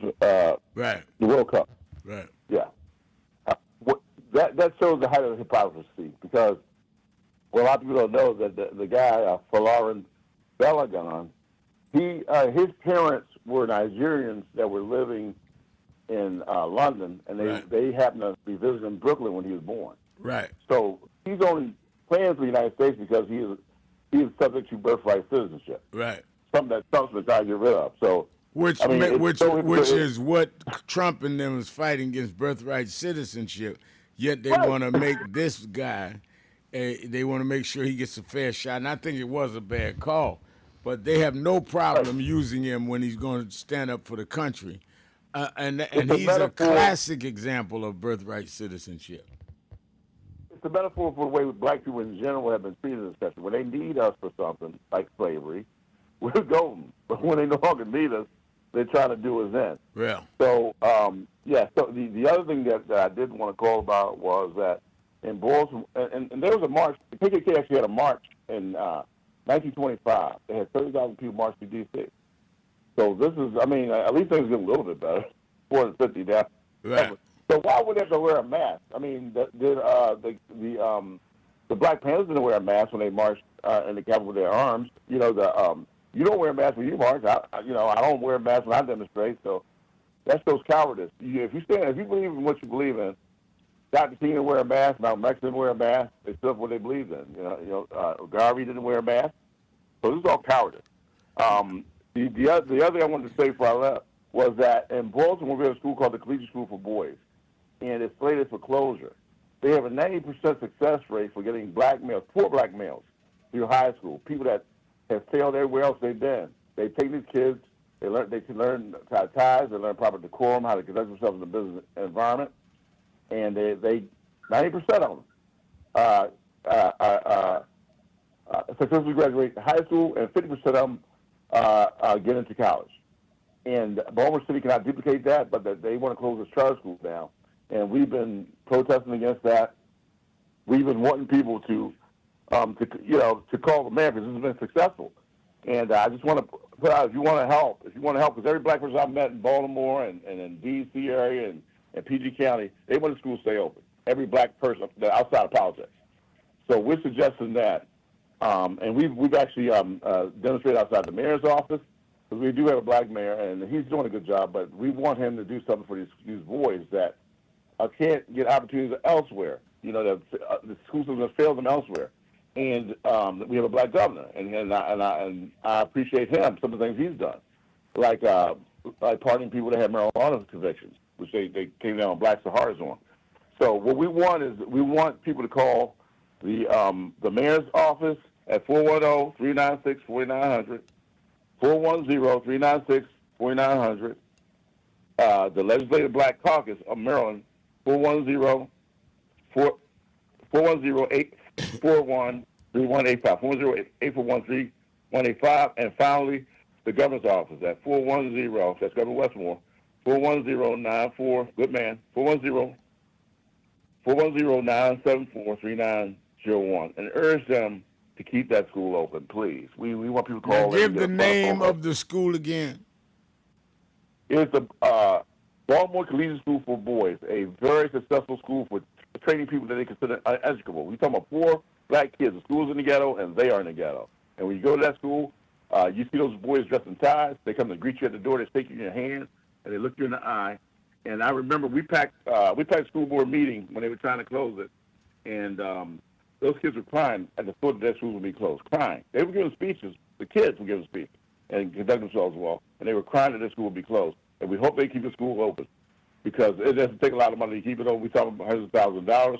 The state of Maryland has, I believe, a $40 billion budget. So this is a drop in the bucket, and this school works, and it should be the model for all schools in Baltimore City, because we have a lot of failing schools that should be closed. And with that, I thank you for your time. All right, thank you for your call. Let me go to Wale in New York. Wale. Good afternoon, Reverend Al. Good afternoon. I hope you had a peaceful weekend. I hope you got in some good vegan food, because I know you don't do the ham hock and the mustard.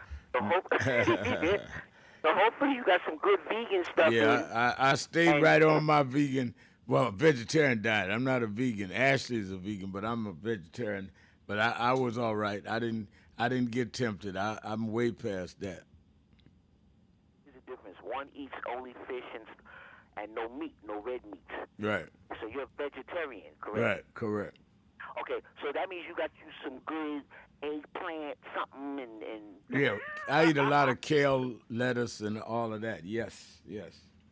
Oh, good. I hope it was tasty. Yep. Okay, so I think there's two other things I want to try to squeeze in. One is that $11 million of state money was given to the police department by Governor Hochul. I just heard it on the radio.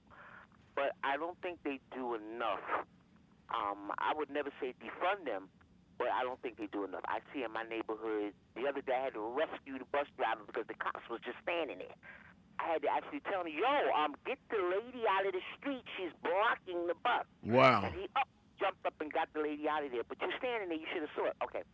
So giving them more money to pile up our streets to do nothing is ridiculous. The other thing is, this weekend, Daddy Sharpton, I was very upset. I was bitter because, as you and others have said, in 1776, we were still enslaved. Right.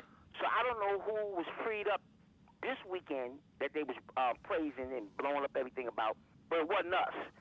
And in my spirit, I was so depressed.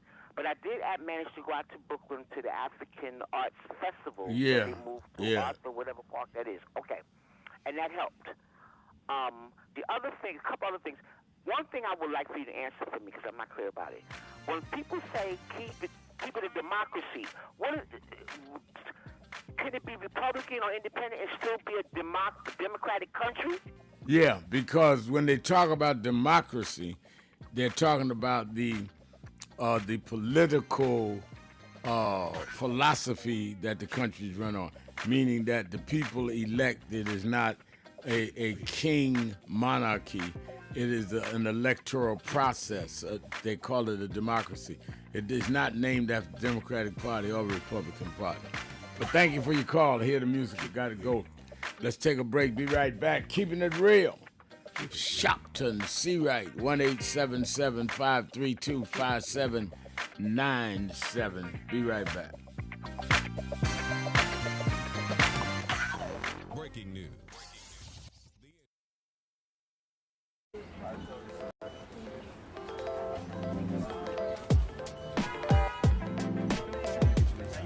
It is such a pleasure to be here with Reverend Sharpton and this entire congregation on Juneteenth weekend to not only celebrate freedom, but recognize the work that is still to be done to ensure that that freedom is within the grasp of each and every New Yorker who has helped to build this city. Thank you for having me, as always.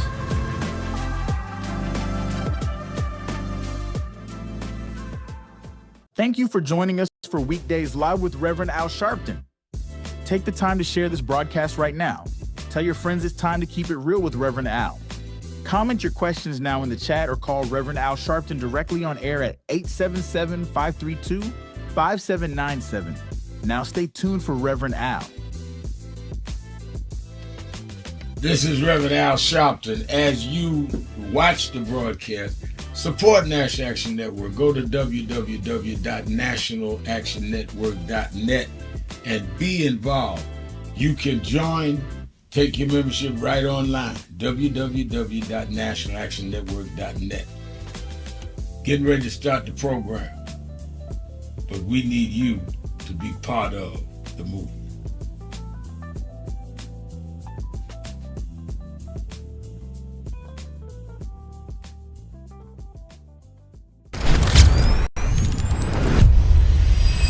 This organization has been on the front line. People ask me, why do families call us? Because we never leave them.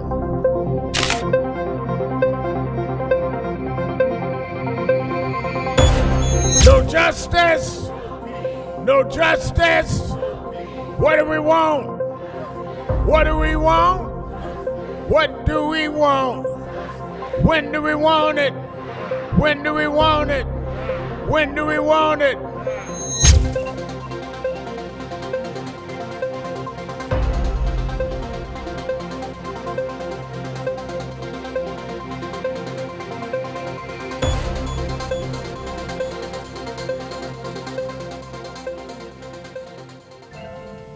Thank God I was blessed to have both in my life. Both historic, strong figures. But if I misuse them and listen to not only figures that are not as historic as them, but figures that had nothing to do with the calling and purpose of my life, I would live confused. I'd be double-minded. I'm clear.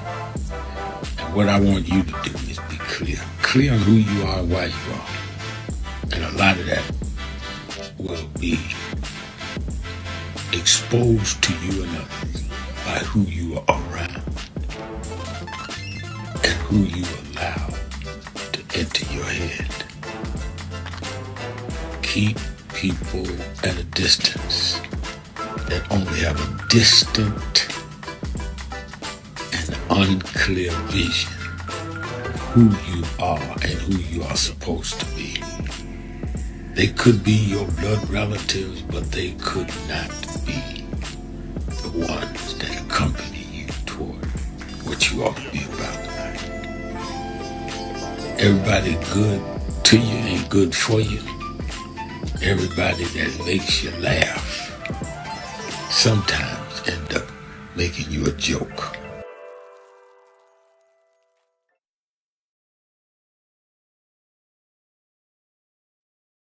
Where in history is this? He said we always go one step forward and two backward. Well, here we are now. The problem is not Trump. The problem is us. We are allowing ourselves to be lowered and our children to feel inferior because you don't have an I am somebody person.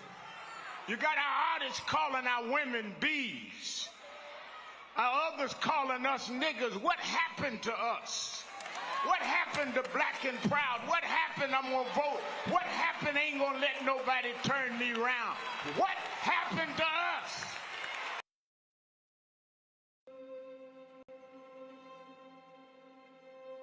In 1929, a child was born who would one day awaken the conscience of a nation.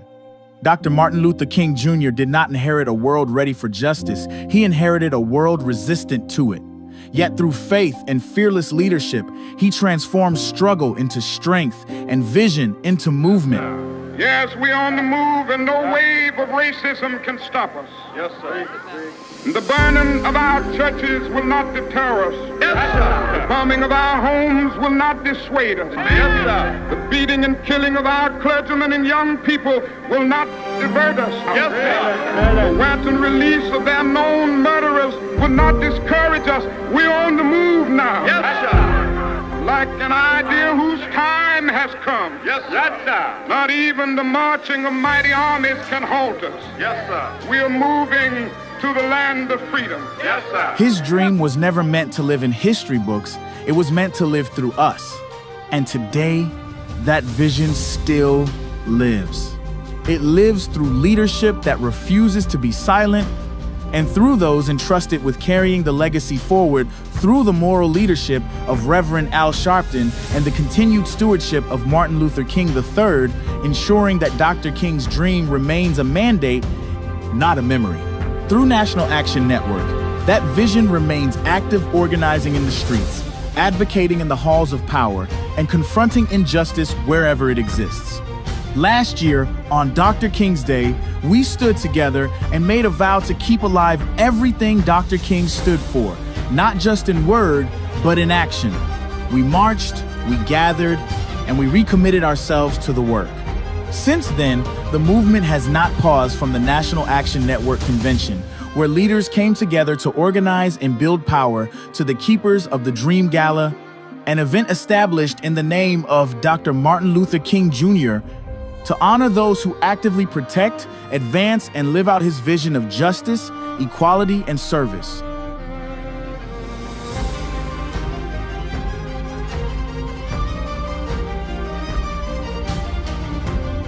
It is especially meaningful to remember that Mrs. Coretta Scott King was honored at the very first Keepers of the Dream Gala.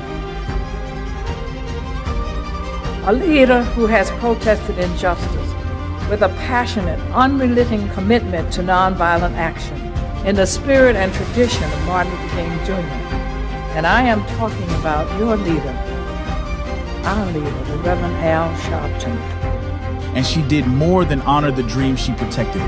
At the 2000 March on Washington, Mrs.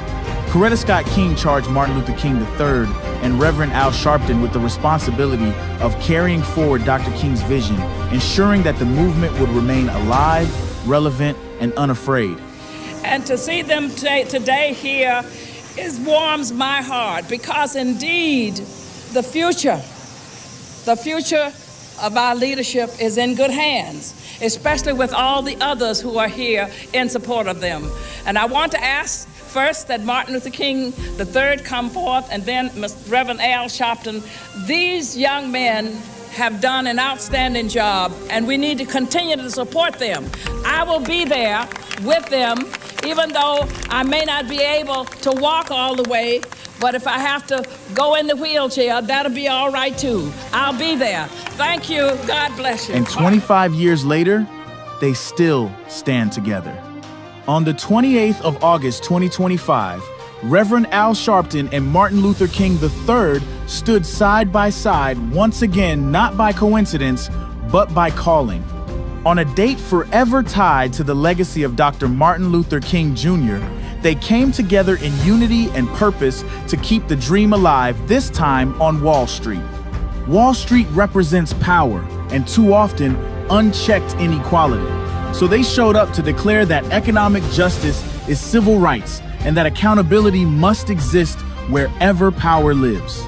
Dr. King taught us that the moral arc of the universe is long, but it does not bend on its own. It bends when people are willing to pull it.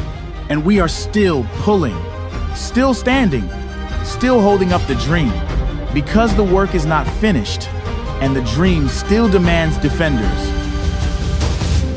He is a tireless civil rights leader, a fearless voice for justice, and the president and founder of the National Action Network, which proudly marks its 35th anniversary of fighting for justice, equality, and accountability. Please welcome Reverend Al Sharpton.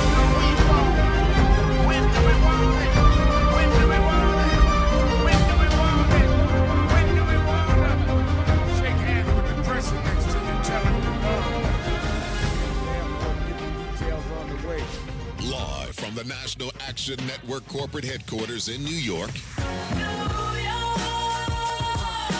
Keeping it real. And now, America's #1 civil rights leader, the Reverend Al Sharpton. Keeping it real, keeping it real.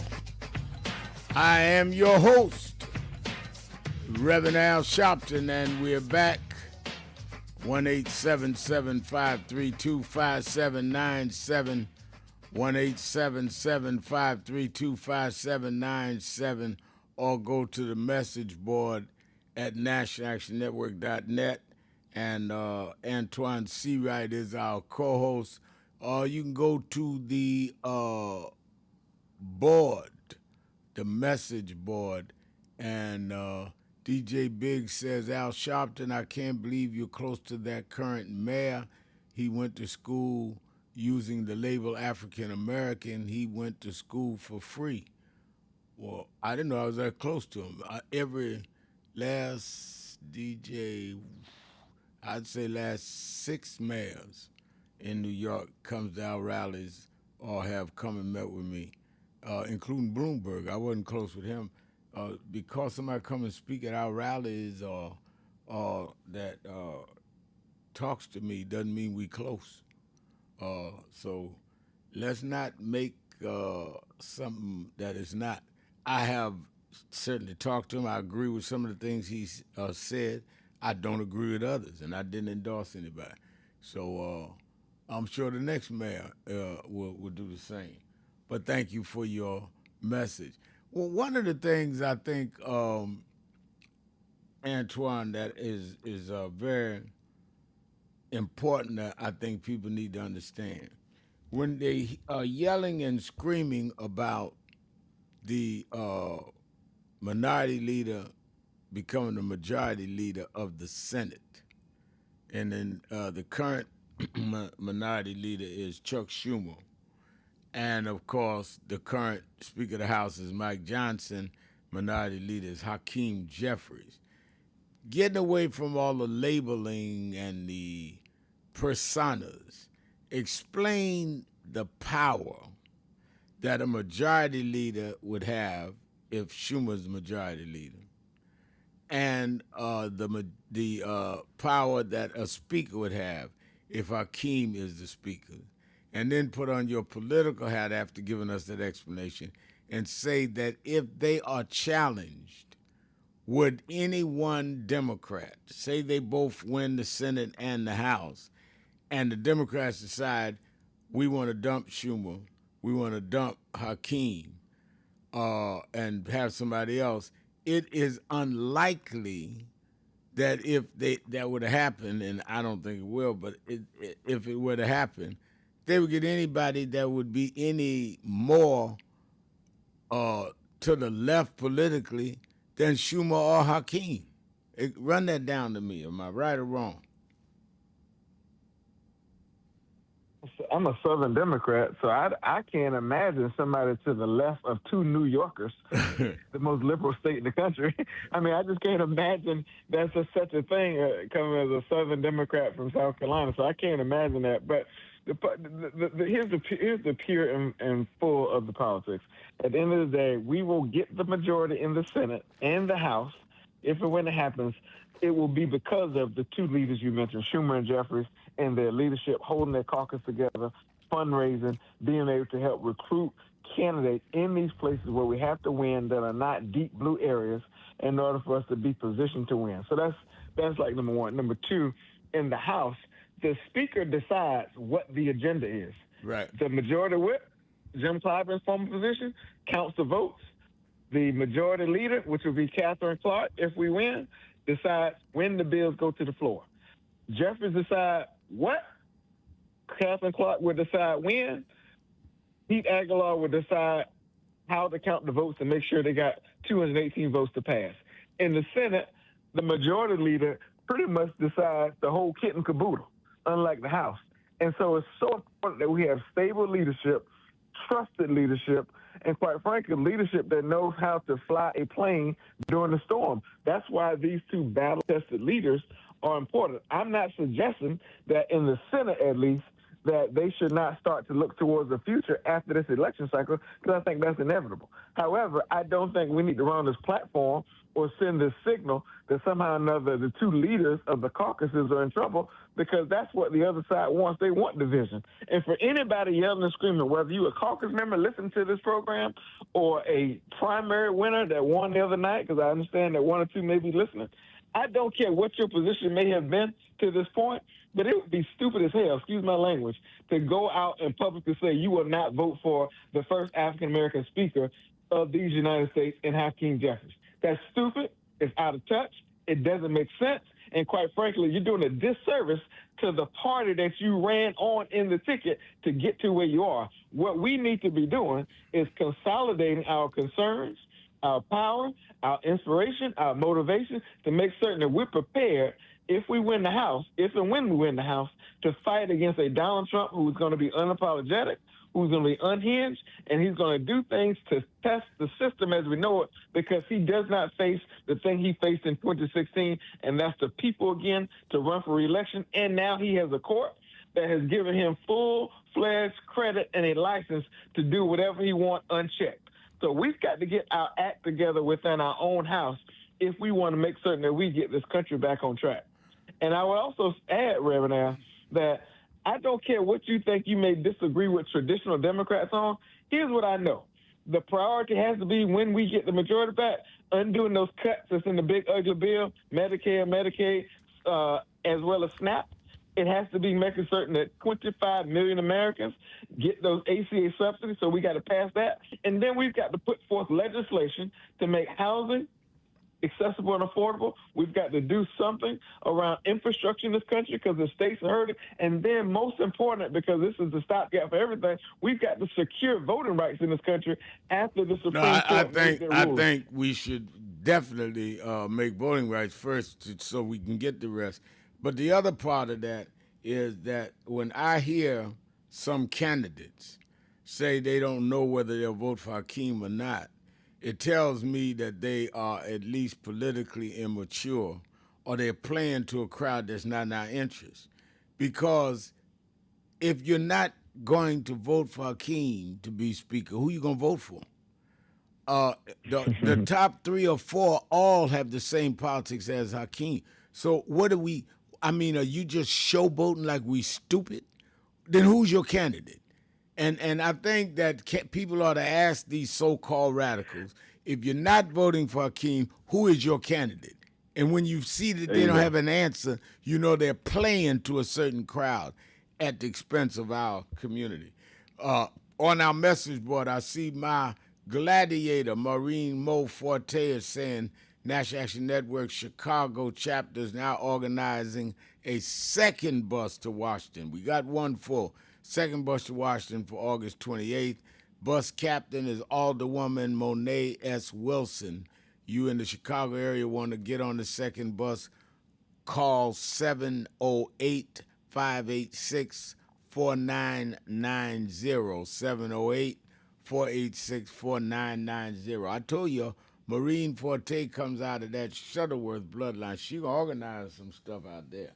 Let's go to JT in Milwaukee, Wisconsin. JT, you're keeping it real with Al Sharpton. Yes, sir. Good afternoon, Reverend Sharpton. Good afternoon. How you doing, sir? I'm doing fine. Hey, Rev, you have to excuse me. I was listening in. I've been on hold so long, I forgot your host, Reverend, the other Reverend. Well, he's not a Reverend unless he got licensed over the weekend. It's Antoine Seawright. South Carolina. Yeah, Antoine Seawright. Mr. Antoine Seawright, thank you so very much for being there, sir. Excuse me for forgetting that, because I've been on hold for 1,000 years, but that comes with the territory. But Rev, I just want to say thank you. And Rev, excuse me, sir. What I would like to say, hope not to get off the subject or anything, because you have so many outstanding guests and people that called in from nationwide, telling the truth and telling it from their heart, Rev. The only thing I have a problem with, Rev, even though it might be, I don't know, whatever, but I get mad at when ICE and stuff like that go around with their face covered. Okay? I know we're talking about voting rights and stuff like that, respectfully, but, hey, Rev, in Milwaukee, Wisconsin, sir, we had 39 people that was arrested by ICE, even though the mayor of Milwaukee, Wisconsin, and the Common Council said they wasn't supposed to wear that, anything like that, and respect the police department and the sheriff department. They did it anyway. Right. So, Rev, I'm just saying, man, come on. I served in the Marine Corps in Vietnam. I'm a Vietnam disabled veteran, okay? So who's more federal than I am, or you, or anybody else that's serving the military? We are federal. But when a mayor and common council say, hey, if you're going to come here and mess with people, take off your mask. Take off your mask, because the police officers don't have to wear their mask. The sheriff department don't have to wear their mask, anything like that. People that serve in the military, they have to wear their mask. So what in the hell are you doing? Well, the Republicans say, well, they have to wear their mask because, hey, we don't want them to be hurt or anything like that, and people coming after them. Well, if you're not doing anything evil, like what you're doing, then you have to wear no mask. Because how can you tell me the police department and the sheriff department, no matter how they are, sometimes they can be wrong, especially when it comes to the black community. All right, they can be wrong. But come on now, they're not wearing no masks. They show their face. They have their body cams, I hope, even though they can check that out. But the fact is, how dare you tell me that you're federal and you can come into our communities and snatch people up? And Rev, make it real quick, I'm just saying, they're doing it with the Latinos now, and now they're going to do it with black people. Now, come on now. Yeah, you're right. Let me get ready to take my break. Led's Latrell says, is there a bus close to the Princeton, New Jersey area? Yeah, call the office, 877-626-4651. 877-626-4651. I know there are buses all over New Jersey. I believe one is near Princeton. And we need people in Princeton. If not, we'll provide one. Any buses from Georgia, Deborah Whitlock is saying all have to walk away from APAC. Well, I don't have to walk away. They ain't never come my way. I don't know nothing about APAC, but buses from Georgia, absolutely. Our Georgia chapter, our Atlanta chapter, was in New Orleans with us passing out the flyers. Call 1-877-626-4651 and get all your questions in. They'll give you the answer or we'll call you back with an answer. Let's take a break. Keeping it real. Sharpton. Seawright. Be right back. Breaking news. The issues that still... So who is Al Sharpton anyway? Who is this 33-year-old preacher without a church? A number of black New Yorkers as well. He is little more than a pudgy exhibitionist who can be counted on to show up, bullhorn in hand, at every racial incident.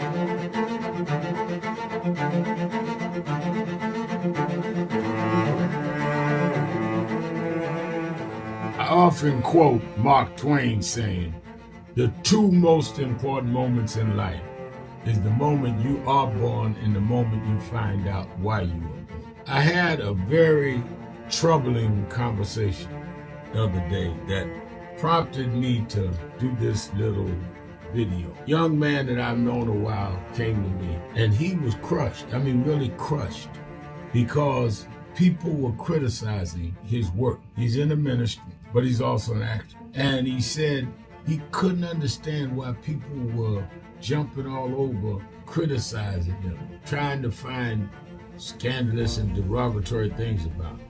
And I told him, I said, you know, you're very young. You don't know the road I've traveled.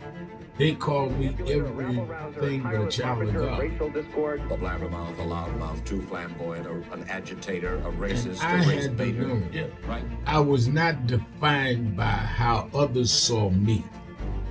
I was defined by how I saw myself and whether I was being true to myself. Some of you watching this don't like me.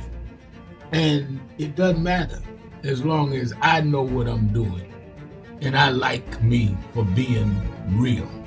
So I'm doing this video to say to you, whoever you are, and whatever you do, you may not be in ministry or social justice, none of this stuff, but don't live your life worried about opposition or people that don't like you. You can turn that around. Use me as an example. The same people that call me a scam artist, a con artist, a sellout, or racial hustler and all, I kept going. And the people I respected started respecting and publicly embracing my work. When Coretta Scott King, the widow of Dr. Martin Luther King Jr., had this to say about Al Sharpton. A leader who has protested injustice with a passionate, unrelenting commitment to nonviolent action in the spirit and tradition of Martin Luther King Jr. And I am talking about your leader, our leader, the Reverend Al Sharpton. The other thing that hasn't changed is the National Action Network's commitment to fight injustice and inequality here in New York City and across America. And that's not only a testament to Reverend Sharpton, it's a testament to all of you who are here tonight. First and foremost, to Reverend Sharpton. I saw him when he first came on the scene, and I have marveled at his tenacity, at the development of his intellect, and his devotion to our movement, and much he has contributed to the world we are experiencing. I am honored, and I must say that when I had my debate with Dr. King on the issue of the church and religion, he didn't warn me that after his departure, his space would be filled by another preacher, and that preacher would be Al Sharpton.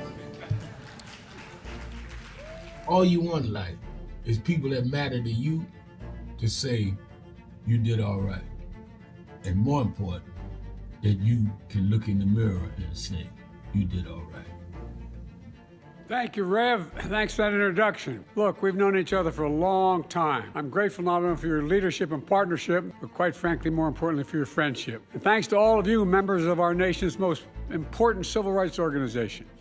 You have been, over all of your years, such an extraordinary leader. You are a voice of truth, a voice of conscience, a voice of practicality around what we must address and what we can do.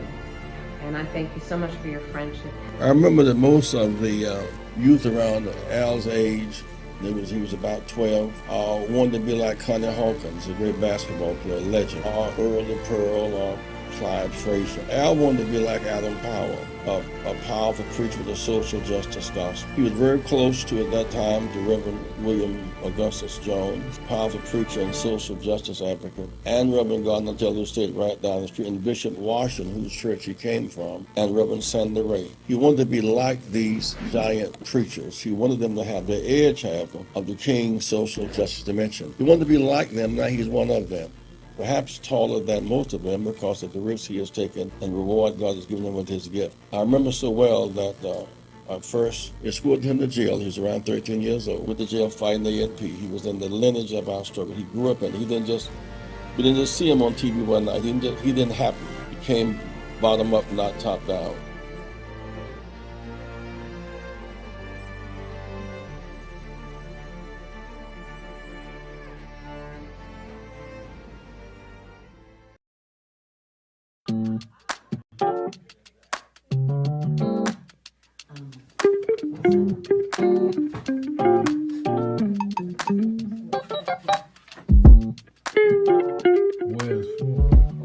I see I'm in today's New York Times word puzzle, and they're asking what is Al Sharpton's title for short. It's Rev. I didn't know everybody knew that. But the people in the New York Times, they didn't call me Rev. They should call me Reverend. No.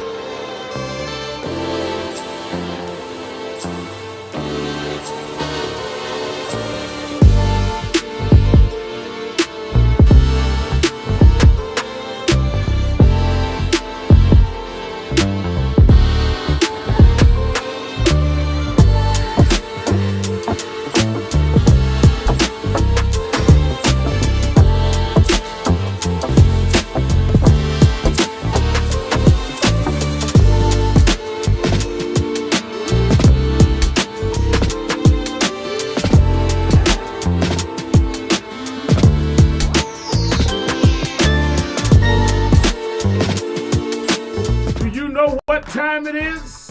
It's Al Sharpton time. It's time to put aside all pretenses, deception, denial, or fronting. The time has come to keep it real on Keeping It Real with Reverend Al Sharpton. You need to keep it real with Reverend Al Sharpton right here on Uber TV. Reverend Al Sharpton, and we're back.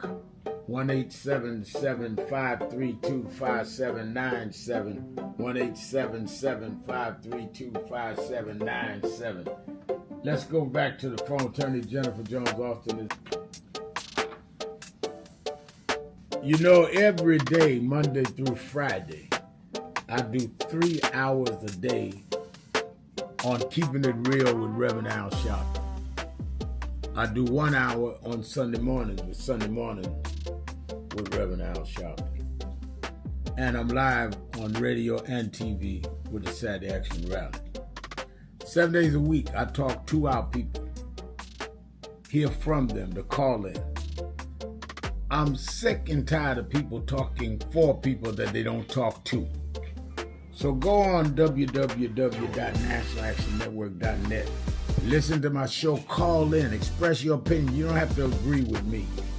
But let's start talking to each other rather than about each other and lecturing at each other. Let's keep it real with Sharpton.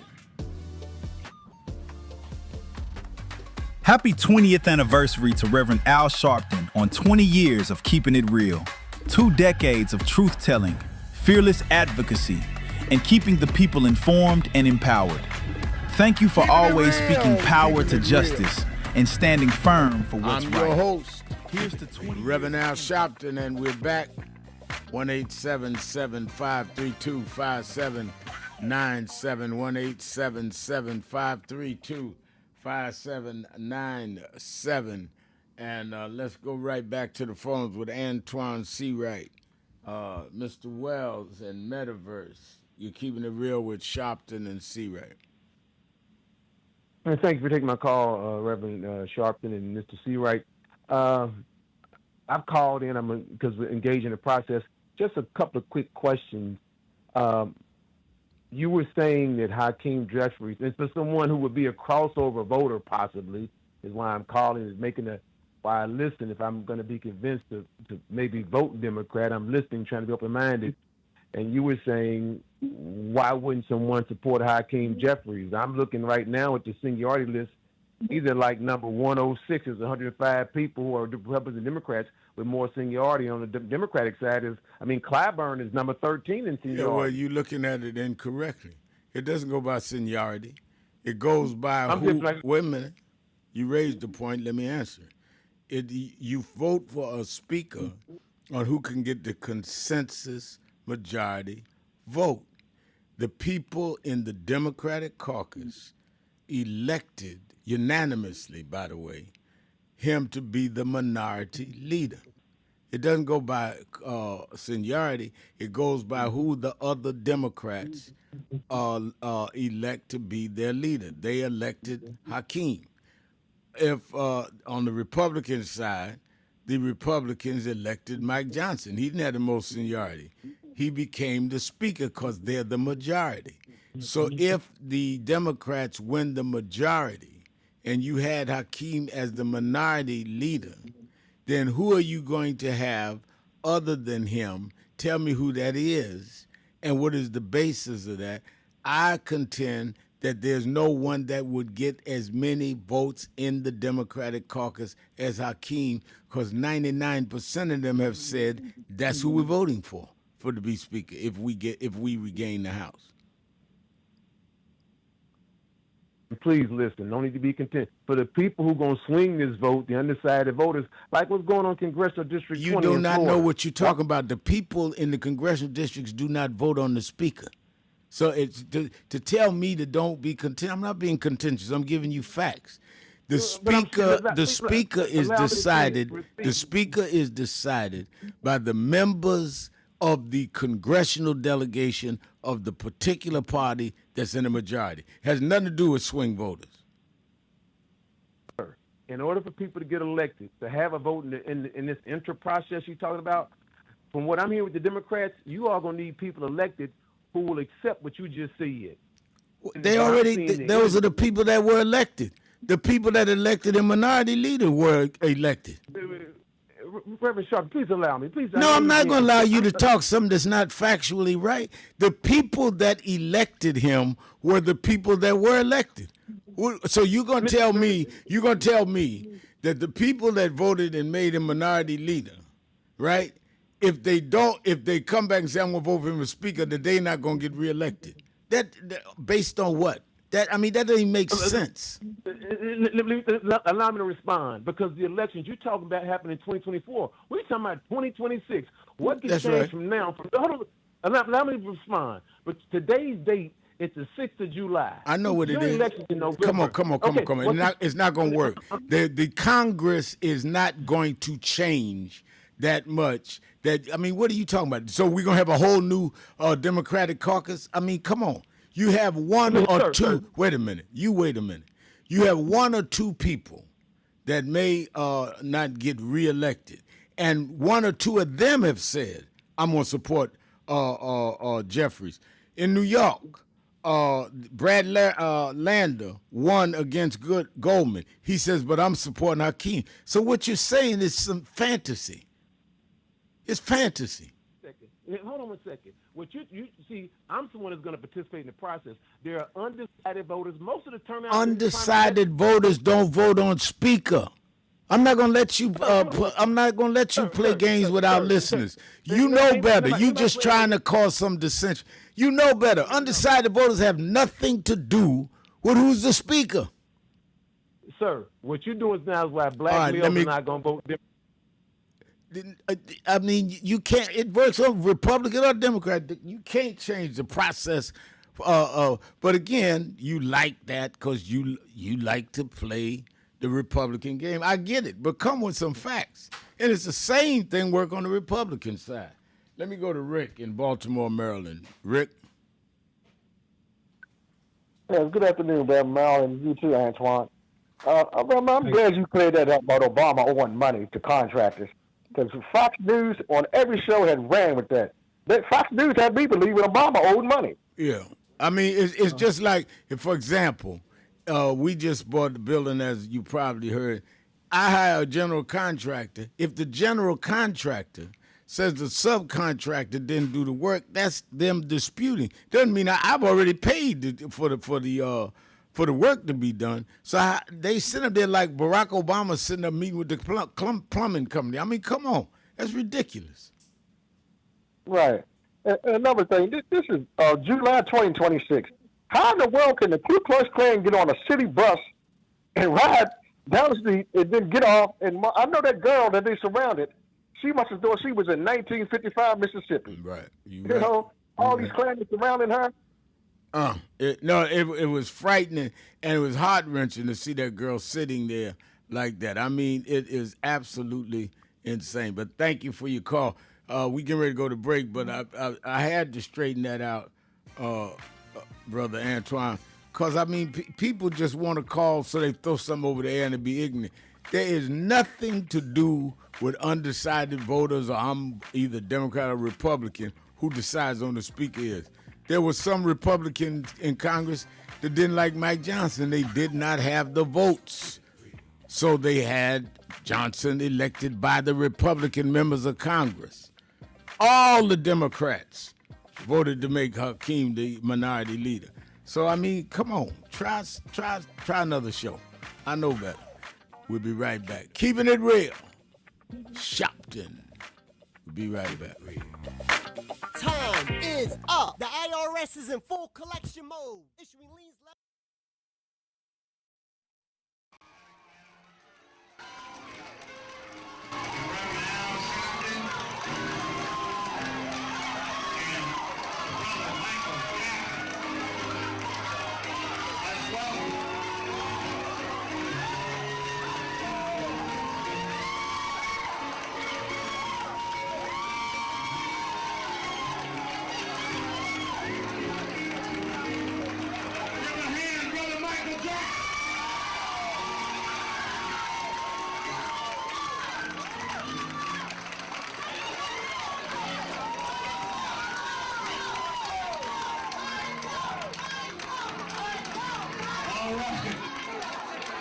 We need some room.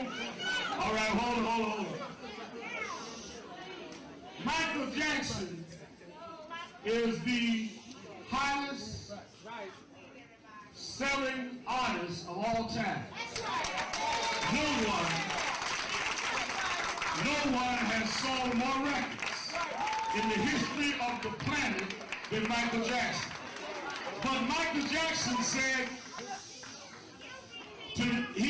to us, he did not want to just raise the issue of what's happening with him. He said that artists all over the world need people to stand up and protect their rights. And he said, Reverend, if we're going to stand up, if it's for all artists, I'm there.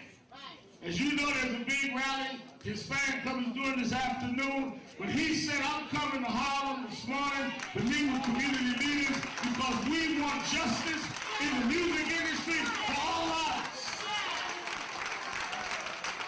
Now there'll be some that say, oh, Michael, are you doing this only because of your situation? Michael came to Harlem 2 months ago for the DNC. Now he comes for his own peers. Because we discussed it. Kathy and I talked about how we watched James Brown struggle, Little Richard struggle. We've seen artists, black and white and Latino struggle. Somewhere this has to stop.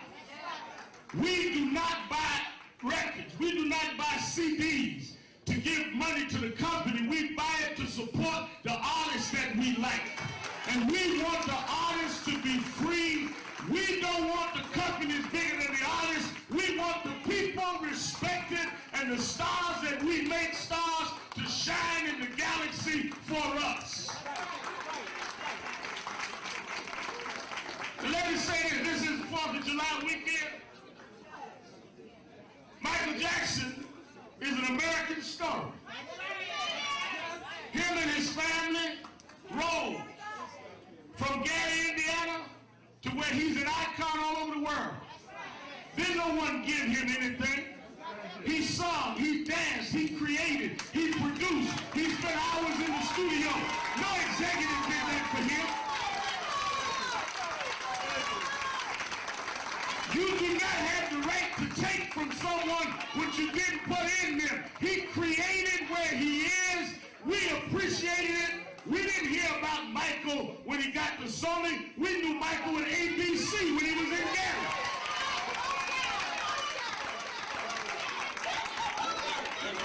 They got thrilled when he did Thriller. We was already thrilled.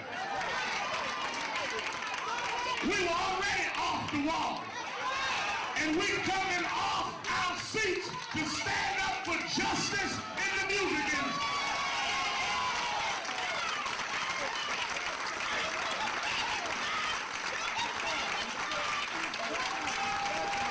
And let me say one more thing. I don't need that loud talking now. We're on the rail. I want people to hear the message. Let me say something. I read one newspaper say, well, the record company saying they're going to wait and put out the best of Michael Jackson. You can't put out the best of Michael Jackson because the best of Michael Jackson is yet to come. He's still creating. He's still innovating. He's still the king. He's still ours and we are still his. Fans all over the world. Thousands came out in London. Thousands will come out in New York. All over the world, we're going to make it clear that our artists should not be paying back things they had no input in. The promotion budgets. James M. Tuway will lay it out. The video budgets. All of this is charged to the artists, yet the artists have no discretion on what to say. So if they want to buy an ad with their friend, Michael can't tell them buy it in Jet Magazine because they decide the budget and charge it to the artists. That's why many of these artists have no money at the end of their career. But he wanted to fight while he was on top, so it will help your child not have to fight one day to go through what they've had to go through. Sammy Davis Jr. died broke. His wife had to become a waitress. Michael said, I owe it to Sammy. I owe it to James Brown. I owe it to Little Richard. We're going to stop this once and for all.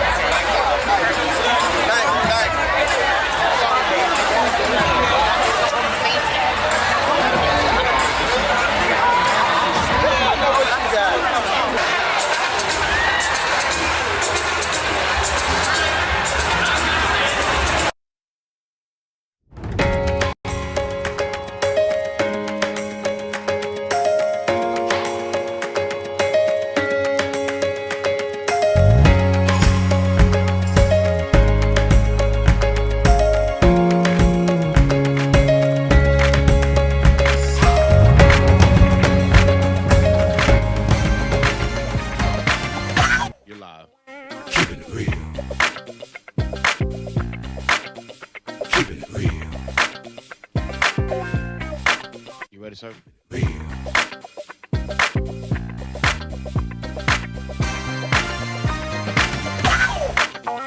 Keeping it real.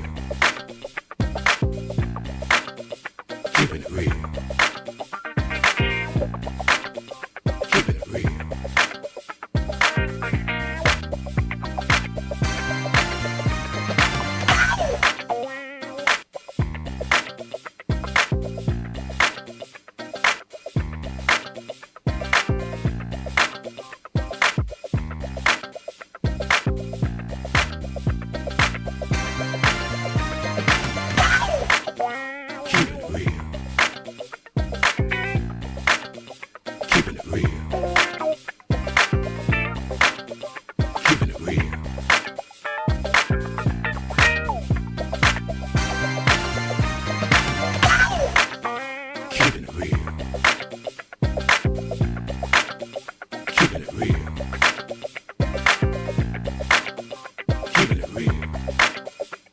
you live, sir.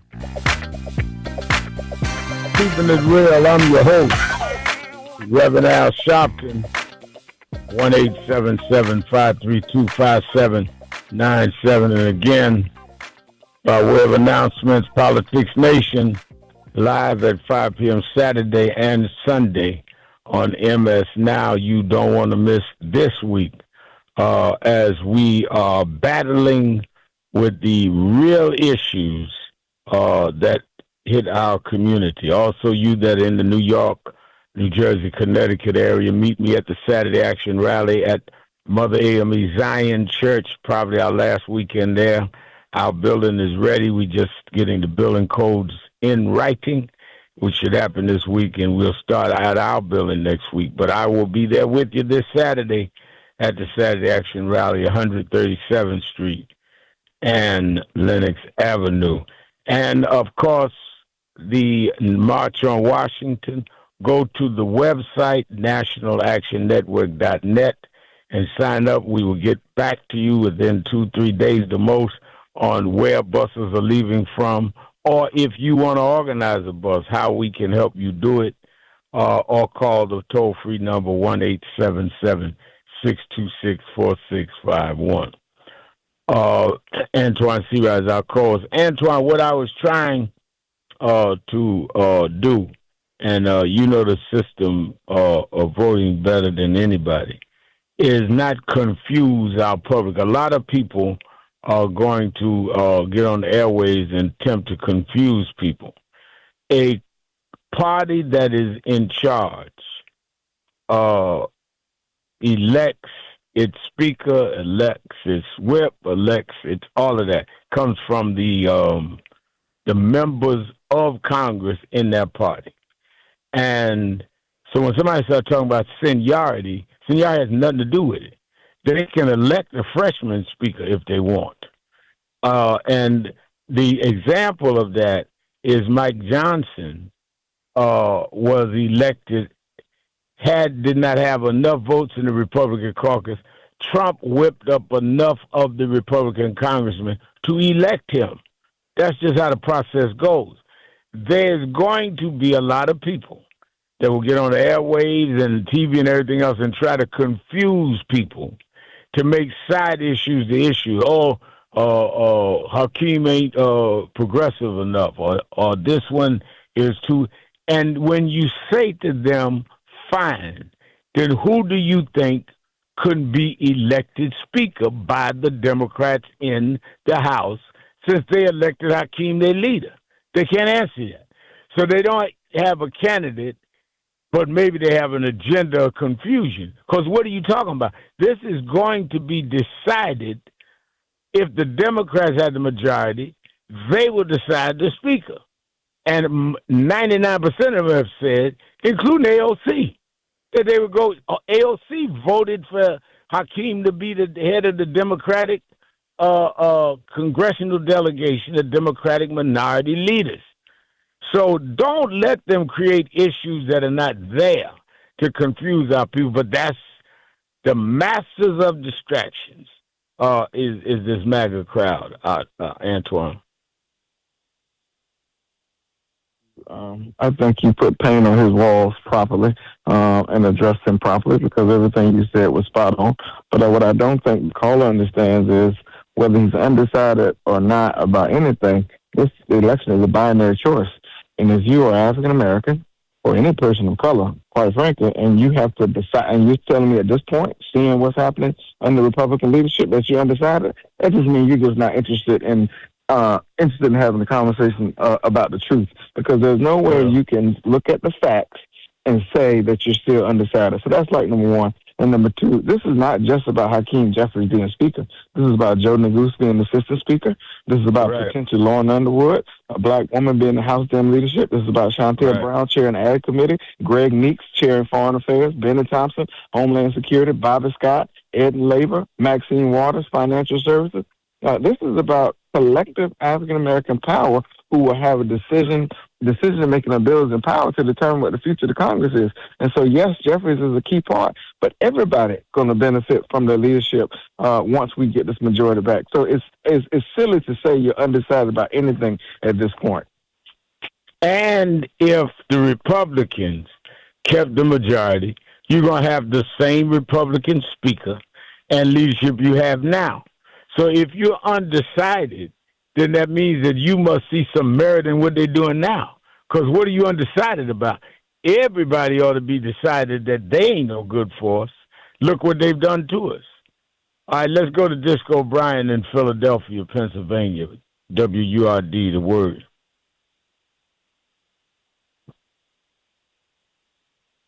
Is Disco Brian there?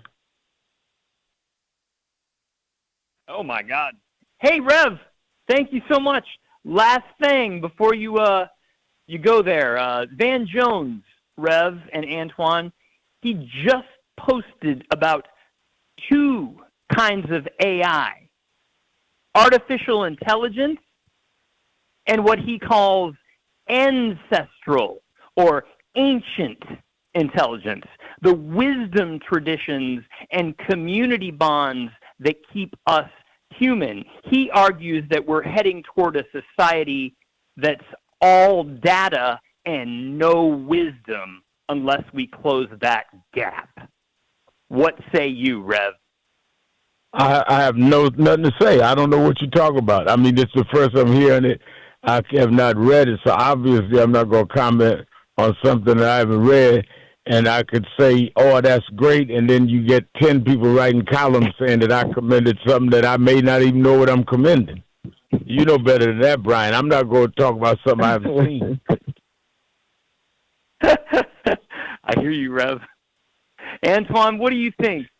AI, artificial intelligence, or ancient or ancestral intelligence, the wisdom traditions that keep us human. I think it's an interesting way to look at it. That's all I got. I can tell you this, Disco Brian. The two types of AI I'm focused on is trying to learn more about artificial intelligence and trying to perfect Antoine intelligence. So those are the two areas of AI that I'm really focused on. I like that. Let me say this. I have said, I've challenged these AI companies that they've got to do training in our communities. We started one. We got one company that works with our tech folk. The basic AI, I think that just from what you're saying, and again, I've not read it. I'm not saying that I'm endorsing it or not endorsing. I know Van Jones well, so usually he's on point. But we do not need to skirt the fact that these companies ought to be dealing with basic AI training in our communities so that our people are not losing jobs because they don't know AI. I'm old enough to remember people thought the internet wasn't going to last. Well, it did. And AI is not going anywhere. So the question is how we equip people so that we are protected in the job market. And I think what you're saying, Van said, is good and a good play on words. But let's not lose sight of the fact that these people are replacing workers with AI because we don't know how to use AI, and we've got to deal with reality. That's right. Thank you, Rev. All right, thank you. I think the one thing, Antoine, maybe that's one of the reasons why Jim Clyburn and me and others have a lot of faith in you, is that the reality won't spare fantasy, and we need young people that deal with reality. You can get mad all you want. Getting angry does not address the issues that oppress us. I mean, Jesse used to say you can get mad and snatch sausage out your mouth, and still don't mean that the sausage ain't pork if it's pork. So I mean, we need to really deal with facts and how this system works. And the reason why we need to be very adamant about it is Trump and them are going to spend a lot of money trying to confuse people and not deal with the basic facts. Well, Rev, I think you're spot on, and I think some of this stuff, division, is going to be used as a weapon of mass political destruction and distraction. That's what we've got. That's why we've got to stay focused. But we also cannot allow them to divide us. And I said this on a program earlier this week, Rev. It's easier to be angry than it is informed. And so for all these people walking around angry, mad at the Democratic Party, mad at Hakeem Jeffries, mad at all these people, try arming yourself with some facts. And I guarantee you won't be walking around as angry and as tense as you are, because the binary choice is very clear about where we are and where we need to go in this country. And it's not even a difficulty to know the choice. They're telling you every day who they are and what they stand for. So I don't know what you're confused about. All right, I hear the music. Got to go. Let me thank Antoine C. Wright. Let me thank all of you that called in, listened in, you that called in and couldn't get through, but hung in there anyhow. Remember, whatever you do, wherever you go, however you feel, tell somebody, tell anybody, tell everybody. Reverend Al told you personally, keep it real. Keep it real. Keep it real. I'll talk to you